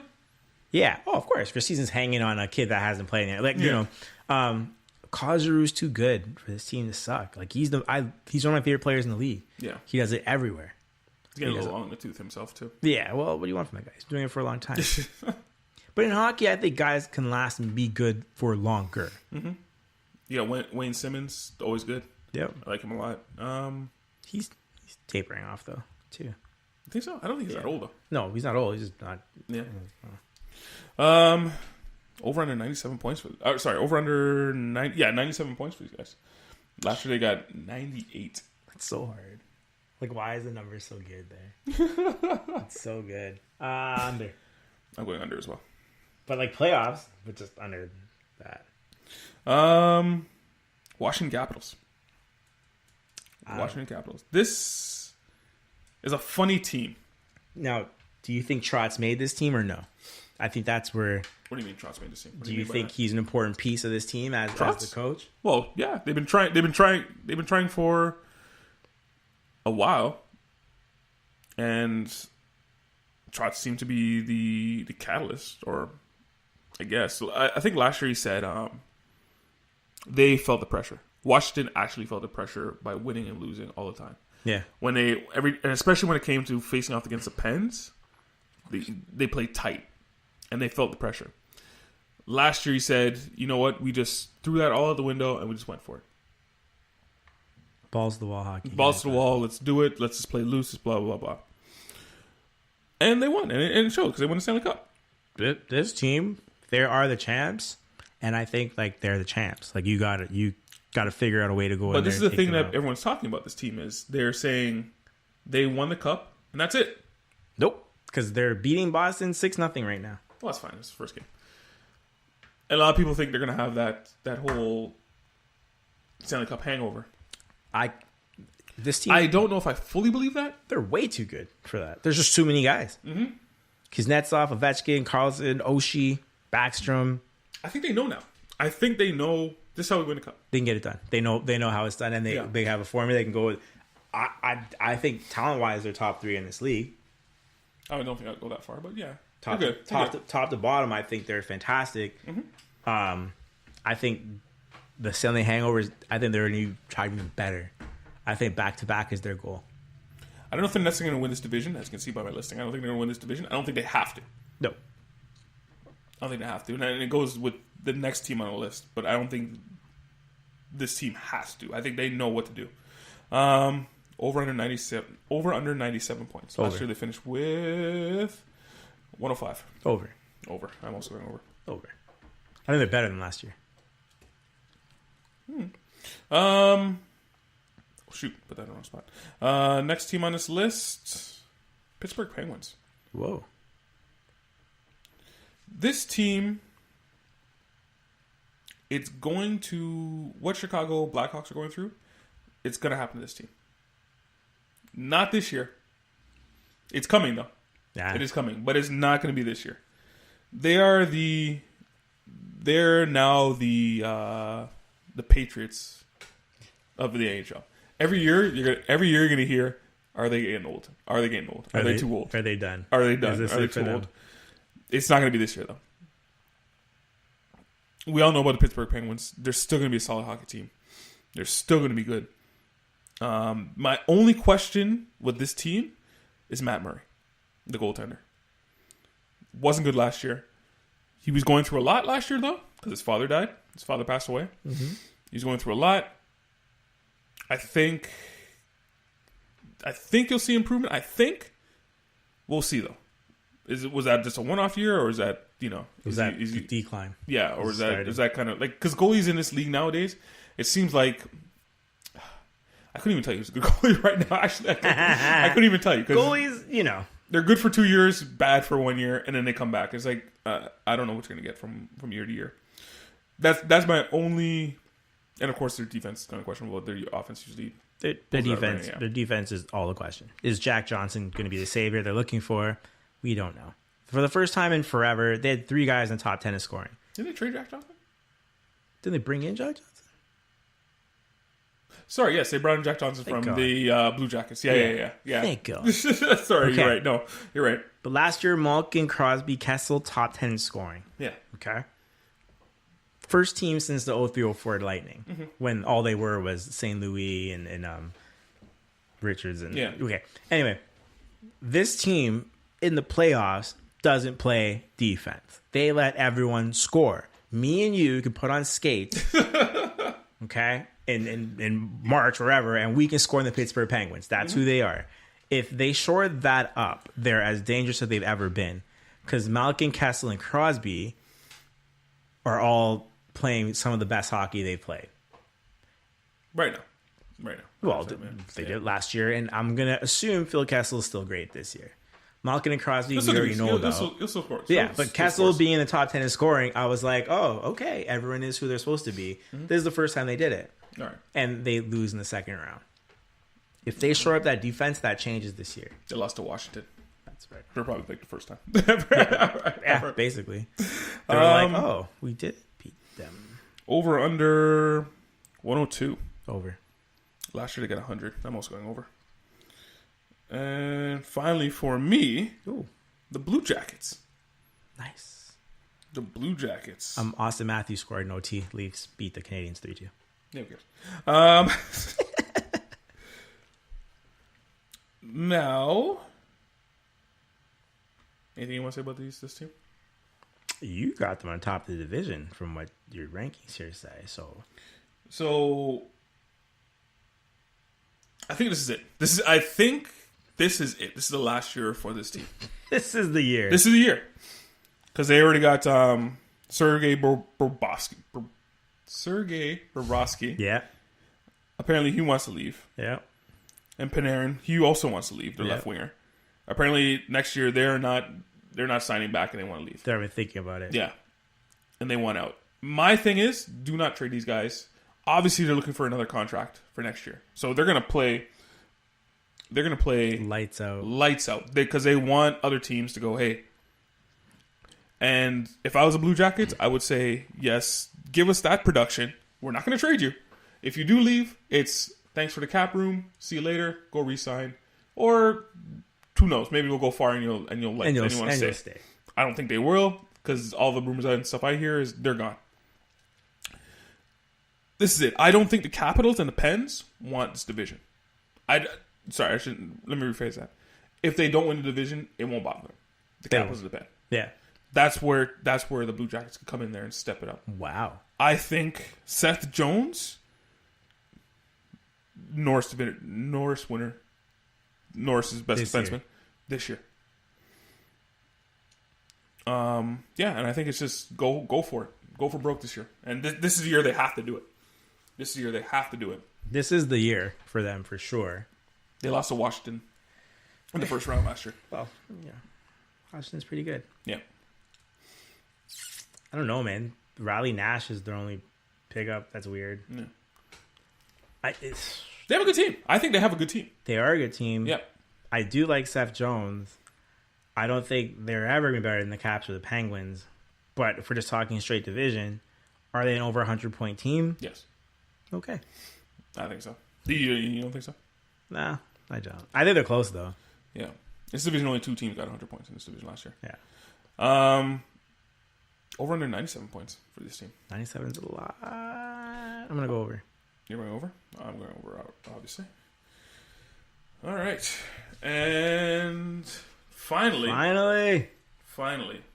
the Atlantic. Let's start off with the Sens. Cares? They messed up. Who did you say was going to be the worst team in hockey? You don't remember? I think it's the Islanders. You thought it was going to be Islanders? I think the Senators are going to be the worst team in hockey. Oh, that's a fair pick. They have Mark Stone, Duchesne. They're obviously going to do what they're going to do. That's fine. Stress is gone. What stress? of Carlson? Last year, there's so much chaos in there. What's Carlson going to do? Is he going to sign? Is he going to leave? Blah, blah, blah. Like, it's over. The chaos is still there. The owner is still there. Yeah. Well, he's not going anywhere. He's not. No, he doesn't want to put money into this team. No. He wants to move the team. Yes. And all these things, like, you don't want to put money into it. But you expect him to be better. And he did that awkward press conference earlier this year. Vacation. I don't see anything on this team that makes me believe that they're not going to be the last place. And they might be the worst team in hockey. I don't know, man. They got some good guys back for Carlson. I think they're going to put together some good hockey games. I see them not being good, but not being a mess. Oh, I think it's going to be a mess. We're going to get a breakout season from Brady Tkachuk. You think so? Of course we are. Like, he's going to be on the ice all the time. I think he's going to play 20 minutes a game. Mm-hmm. Kid, like, eventually you got to score points. So I think we're going to get that. I think they're going to be okay. What's okay? Oh, the lottery. Obviously. Well, when it comes to the division, what's okay to you? Oh, they're bottom. This division is not good. This division is not really. No, they're bottom feeders. But the problem is, you got a lot of. So you don't think they're going to be okay at all? No, actually, you're right. Well, you have three teams at the bottom again. Yeah, you have a team in the middle. Well, you have to have three teams at the bottom. Yeah, so they're a bottom feeder team. Like, I think it won't be as bad as we think it is. Because I think you're going to think it's like 72, 73 point bad. And I think it's going to be worse than that. See, like, I think they're better than that. I think last year they had 76. I know, man. It's worse than that. Over under 70 points. I'm going under. I'm going over. Wow. Prepare to be wrong with that. 75. Red Wings. How the mighty have fallen. Red Wings. You know they're second in the cap. High?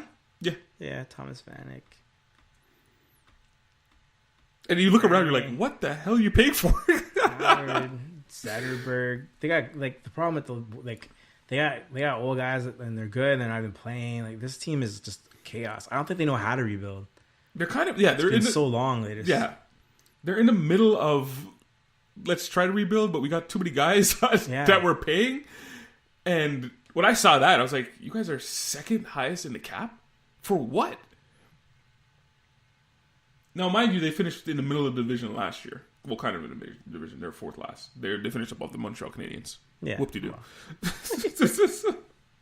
Yeah, man, I don't... Again, you got a few young guys there.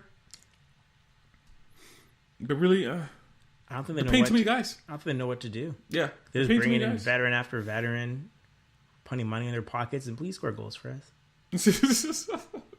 Over under 75 points for this team.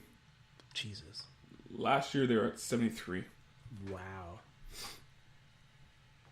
75? Yeah. I'm going under. I'm not going under. I'm going over. Wow. It's like you feel bad. Like, it's like you feel bad. You're like going to give them. But really, I'm like, well, who am I giving these points to? Like, if I'm going over, someone's got to lose points. So, like, change my vote to under. Well, here's somebody. The Montreal Canadiens. And that 10-year extension for Price kicks in this year. Oh, are you serious? Yeah, man. He's in year one of that? Yep. They got to trade him. To who? I don't know. There's no one that will, like, wow. They got 1 point already, so. Yeah. They lost no T today. I don't know, man. The thing I hate the most about the Montreal Canadiens is they're so French-oriented that I think it affects decisions. Well, sorry. Hang on. I'm going to allow you to clean that up a little bit. Being French, there's nothing wrong with being French. No, but I mean, like, some of the rules that they have in place in their team, I think, hurts them. Their coaching, GM, everyone has to be French speaking. So you're ruling out a ton of the league just because they don't speak the language. Yeah. Okay. Preferably their captain speaks French. It's one of those things where, like, you might be sacrificing making your team better to make sure your team is French, which is what they want in Montreal. Don't get me wrong. But it's hard to root for these guys when you know they're not making decisions based on the best hockey team, but based on appeasing their fans when they're doing interviews. Yeah. Right? I don't see any... Like, they brought in Ty Domi. Did I say Ty Domi? Yes, Max. They brought in Max Domi, his son. Yeah. Bergevin, I don't know what he's doing. I don't know what he... Like, it's again, like the Red Wing problem you said before, I don't think they know how to be bad. I don't think they understand. Well, here's the thing. Jesperi Kotkaniemi. Have you seen him? No. Oh, watch this kid play. Yeah. He looks mean. Yeah. All right. But I mean, that's one dude, right? Can't fix team overnight. No. But it's a first round pick. He looks like he's a first round pick. Oh. I know what's going to fix it. I know what's going to fix this team. Making Shea Weber the captain. Ugh. A guy you're not going to see play till January. Make him the captain. Give him the C. Oh, give him the C. That's gonna fix everything. Shea Weber, I still think, is the worst trade I've seen in hockey since I've been alive. It wasn't the worst. The fact that he got hurt, that's what made it bad. Because he's still, I don't know if he's still a good hockey player, but he was a good hockey player. He was a good hockey player. He was a really good hockey player, a really good defenseman. All I'm saying is that it was a bad trade, though. In hindsight, now looking back at it, this is a bad trade. And if I know that, how do they not know that? Like how? Well, they gave him the C. I was gonna say I think they would know that, but they gave him the C. So who else did the C do it? At this point, there's no one else to put it on. Don't give it to anybody. Don't do that. I hate that too. I hate that. Well, it doesn't make any difference. I know no one cares, but I care. So, like, give someone someone you care, and the people at Sportsnet care. Yeah, give someone give it to somebody. I don't know. It makes no difference. Over under 79 points. Last year they finished with 71. Under 79 for sure. Over. What? You know what? If Carey Price is Carey Price, if he's Carey Price, he's going to win a lot more games than lose than a lot more. The problem is Shea Weber's not coming back till January. You don't have it. You don't have defense to surround. But they didn't have defense before. That's true. And they were arguably, and I keep saying this, a couple years ago, they were the best Canadian team in hockey. They had PK Subban. Yeah, that's fine. Shout outs to PK. Buffalo Sabres. Added Jeff Skinner. Yeah. A lot of good wingers on this team. I know. The question mark for me is Eichel. I think you brought it up early. No, as far as no more excuses. Oh yeah. Don't give me excuses. No more excuses. Mm-hmm. I don't want to hear any. Just be the hockey player you're supposed to be. That's it. But who's he supposed to be? Is he supposed to be 40 goals and 100 points, or is he supposed to be? Well, him and Matthews got drafted the same year, right? Yeah. No. Who did he get drafted with? I want to say the year before. Was it the year before? Or somebody else he came with? No, he came in with. I'm sorry, it was McDavid. Thank you. Sorry, yeah. So him and McDavid I was gonna say you kind of want to be a Matthews type player, yeah. But you don't. You definitely can't. You definitely can't be a McDavid type player. But you want him in that kind of upper echelon. Oh yeah. Well, that's type players, right? Yeah. Okay. Of centermen, at least, right? So I think this team is much improved. I liked a lot of the pieces that are around there. I don't know what you see with this team though. Oh, I don't see them being anything more than they were last year. Maybe a bit better. I mean, you put a team around them, but remember we talked about once you're used to losing. Last year they were last in the division. I know. You know, you just get used to losing, and I don't care what you put around losers; they still lose. I think we're in that situation with Buffalo. Connor McDavid went to a team that was used to losing, but he was the piece that made. Now they turned them into a good. I guess for a year. So whatever. Anyway, I was about to rebuttal that. Anyway, they got to figure it out. They moved a lot of their guys out, and they put together a team that's focused on winning hockey games. And they didn't do it last year, but you could see the engagement there. They didn't put around Jack Eichel a team that's used to winning hockey games. They just brought in names. Like, hey, look, we got guys now. Look, we got Jeff Skinner. Yeah. Well, Jeff Skinner's on a decline, so I'm not sure what that's going to help Jack Eichel in terms of winning hockey games. Get a guy that's progressively getting worse, or it could be Eichel. I mean, it could be just exactly right. We're at a point where maybe he's a bust, but does a bust give you the point production he's giving you though? Yeah, it's not like he's not giving points. Well, that's what people in sports keep screaming at. It's like that leader, the guy that everyone goes, okay, get on my back. I'm a carrier. What does that really mean? I don't know, because Connor McDavid's obviously one of the better hockey players in the league, and what's that doing for his team? Yeah, well, nothing really. No. But. Well, the thing that some teams have just enough dynamic players to make it work, like the Penguins. If you can arguably say that Malkin's more important to that team than Crosby is, because Crosby sat out a whole year. Well, Malkin took home the MVP, scored most he's points. good. He's a good hockey player. I don't think he's more important than. So Connor McDavid doesn't have that. Draisaitl's not that guy. Yeah. Do you know what I mean? Yeah. And They want him to be that guy. Right. Not, But Austin Matthews just got that guy on his team in Jonathan Tavares. And you don't see that on the Sabres. No. And the Buffalo Sabres just don't. There's nothing here. All right. Except for Eichel and now more guys. Do you know what I mean? I like the wingers. I do like over under 80 points. Last year they finished with 72. Okay, this is going to sound a little rough, but I'm going to say over. What? After all that, you just finished saying they're a bottom feeder in this thing. But I just said that I don't see them being like, because they're here one of the most improved teams in the league. I'm not going to be that. Rasmus Dahlin, number 1 pick. He's going to have his first year. I don't know how he's going to fare. I'm not really a fan of it being the number 1 pick. All right. I have them over. The Panthers. They're always okay. Just missed the playoffs last year. Missed the playoffs last year. You know why, though? I think just like serviceable hockey players would like to live in Florida. So they always have an okay team. Do you know what I mean? Look out for Barkov to be a top 10, top 15 player. Wow. Player. Scoring? No, just all around talent. Oh, This guy will be. Watch out for this kid, man. I think he's that good. The defense, I think, has improved a bit. The question mark I have is in goalie. Roberto Luongo, he's old. Right. Reimer, he's been around. You know what Reimer is. These are the question marks I have. Reimer is a great backup. He's good to play once every 5 days. But if Roberto Luongo doesn't have it, can he step in there and replace him? No.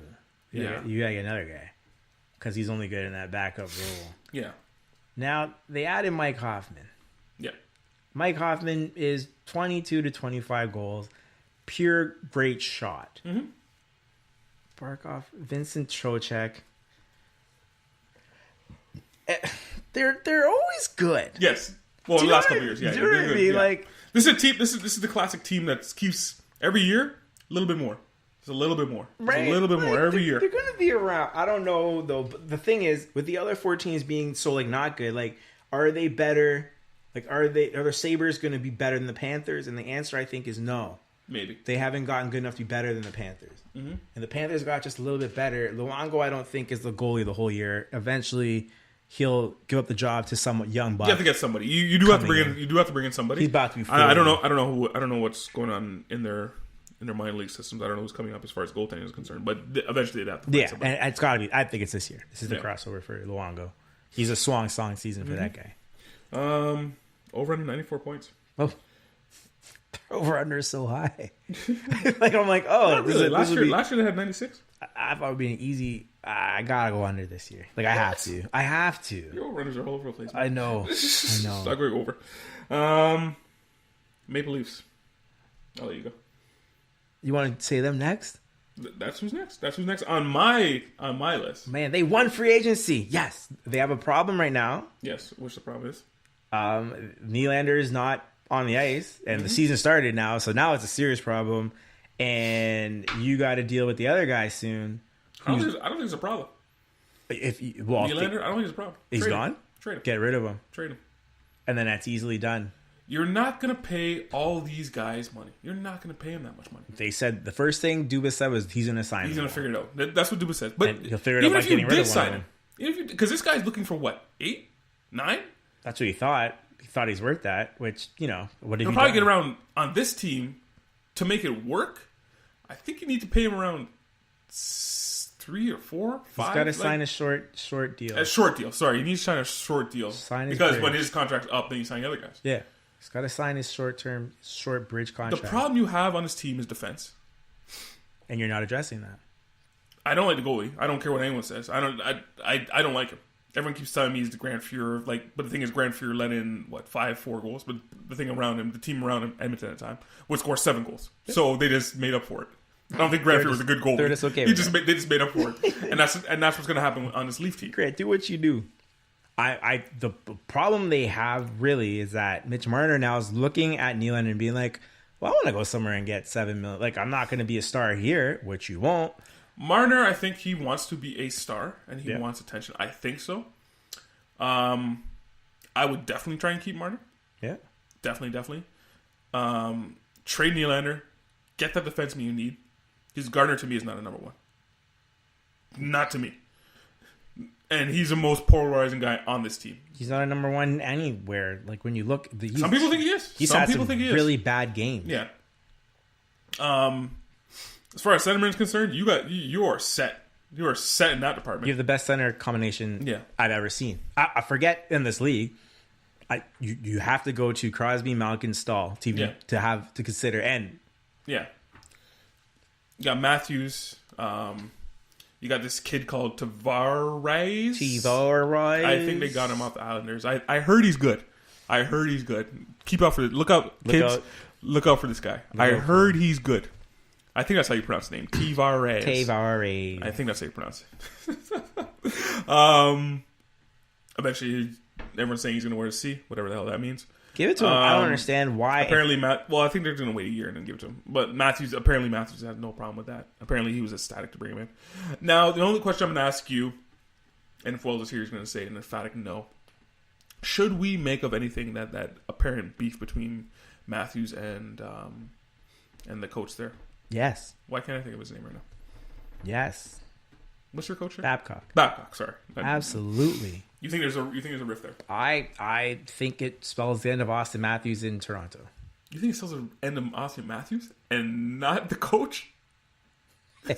Yeah. This is my thing about this, and I've said this before. Let's say, for example, the Leafs are out the first round again. Yeah. Babcock's on a hot seat. I don't care how much he's getting paid. He will be on the hot seat. And he might get fired next year. Maybe. No. The respect for Mike Babcock's different. Not if you're not losing. Not if you're not winning. If they lose in the first round with this team, you think 100% you're going to start hearing fans say fire Babcock. Do you think they've crossed the line from a team that's developing into a contender to now they need to win the Stanley Cup? I think the ravenous fans in this market, and we live in Toronto, we know what they're talking about. Yeah. The fans in this market are talking get to the Stanley Cup or nothing at all. Yeah, cup or bust. I don't think they're that good to get there. Yeah. I think they're good enough to win a round. To get past the first round. That's the ceiling I have for this team. They didn't look great tonight. It's the first game. I'm not even going to count that. That's the ceiling I have for this team. Yeah. And they're going to be fun to watch. I'm definitely going to be watching more Leaf games than I'm going to be watching Montreal Canadiens games. I don't know if that's true. I might have just lied to you. I just made that up. I will be watching them, though. Because they will be fun to watch. Because they're going to give up 4 goals a game. But they might be scoring 7 goals a game. Yep. That's how good this team is. My concern for this team is that if they don't figure it out this year, they have a window that closes in one season. Mm-hmm. Okay, and it's very real. I don't care what anyone says. One season? This year is the window opening and closing. Because if Mitch Marner leaves and Nylander leaves, the window's closed. Marner's not going anywhere. The defense isn't good enough. No, it's not. It's not good. Okay, the goalie not good enough. I like goalie. You have the best center depth in the NHL. 100%. Without wingers to help you score, guess what? I don't think Marner's going anywhere. You said that. We didn't think Nylander's going anywhere 5 weeks ago. Now he's getting traded. Oh, I was all about trading Nylander. I said one of those guys had to go. You can't pay them all. I thought 100% Nylander's going to go. That's what I said too. Yeah. But I don't know. I'm thinking. Does Marner stay? If you're Marner, why? You're gonna pay him. Why do you stay? Why wouldn't you stay? Because you're paying the same money. Because you're paying beside Tavares, who's going to just feed you, and you're going to score a lot of points. You're going to get a lot of points on this team, a lot of goals. Why not go play at Taylor Hall in New Jersey and lose? Why would you lose? They'd win. They're a good team. They're not going to make playoffs this year. They're a good team. They're not a good team. You said they're not a good team. Well, with Mitch Marner, they'll be a better team. Nah, man. And he'll get to be a star. No. Why not go play in Florida where it's hot? San Jose, Anaheim. See, this would all be good if you were talking about the NBA, but hockey players don't like moving their stuff. They don't hockey players. They got their bags or set on the ground already. You got a pack and move? No, I'm not doing that. How much do they give me here? 7 million? I'll take that. 7 to 9. Over under 106. Over.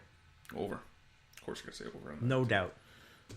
Now for you, we'll get to that later. The Bruins. It's hard to talk about them right now.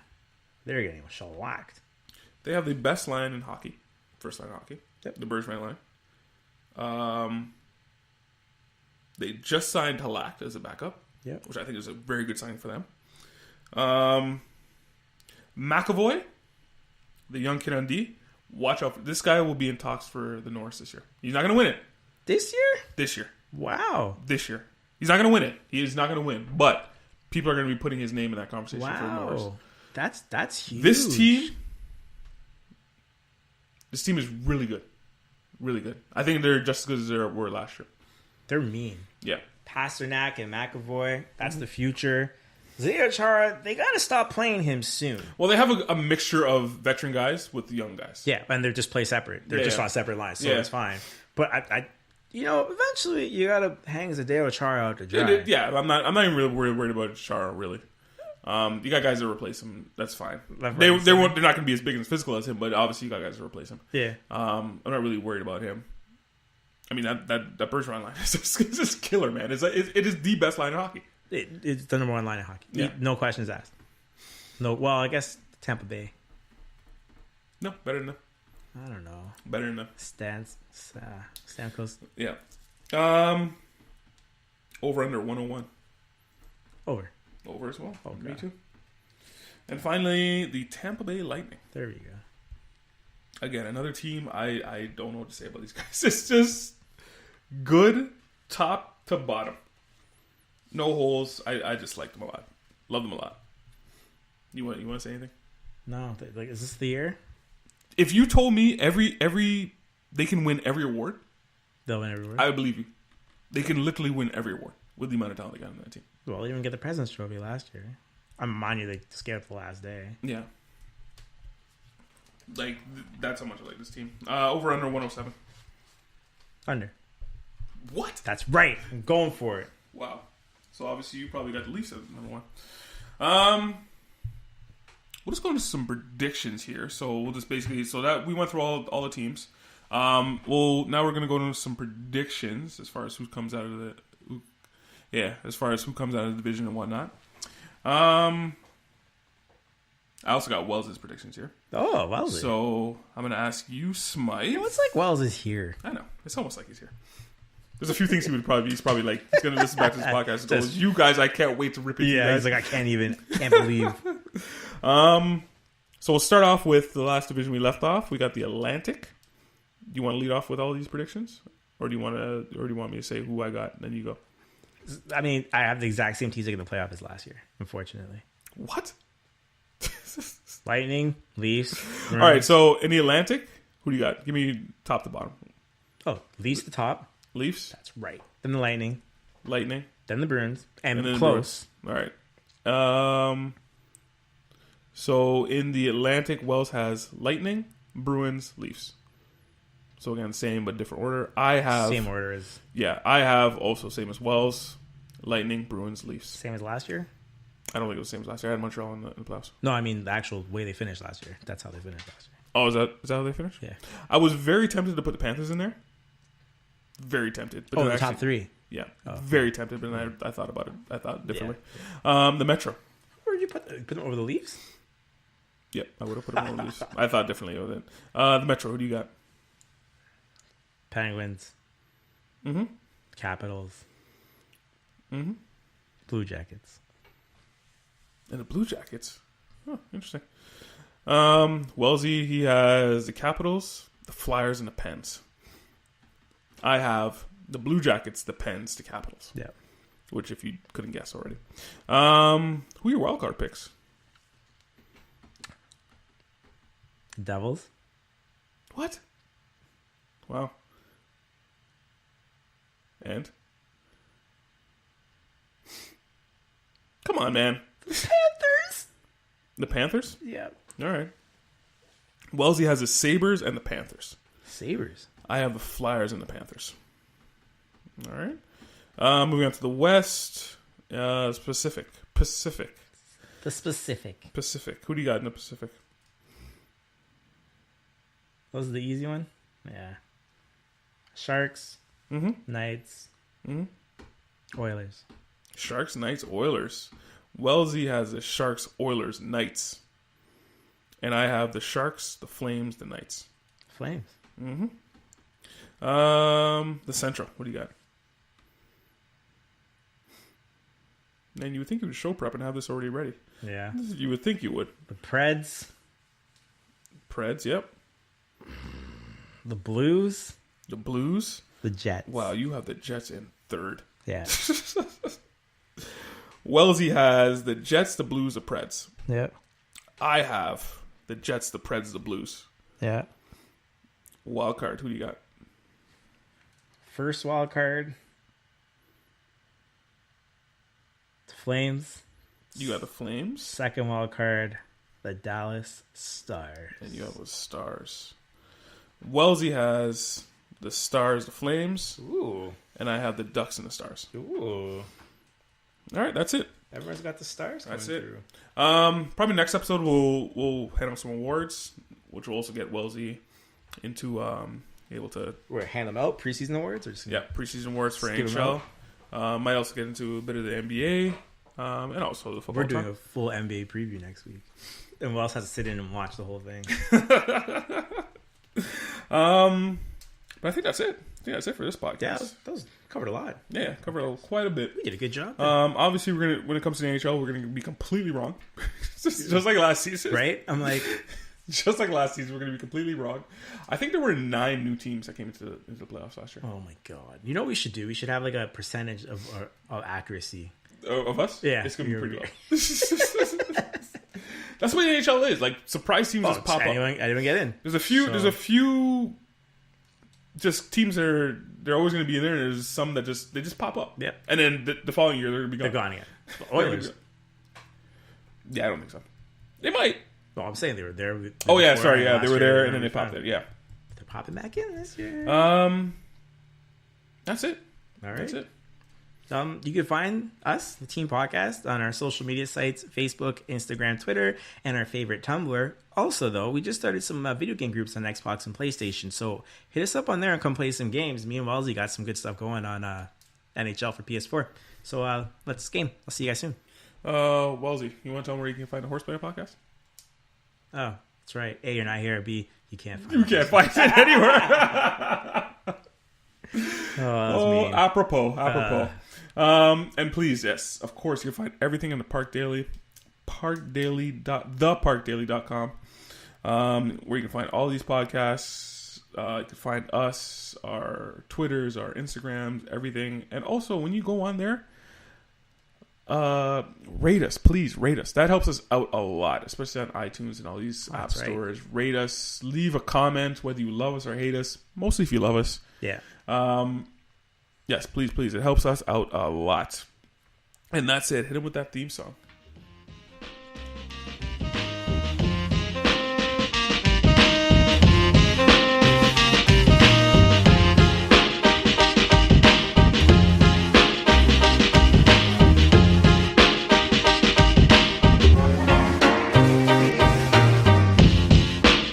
Nash Wells and Smythe host the Team Podcast. We love sports just like you.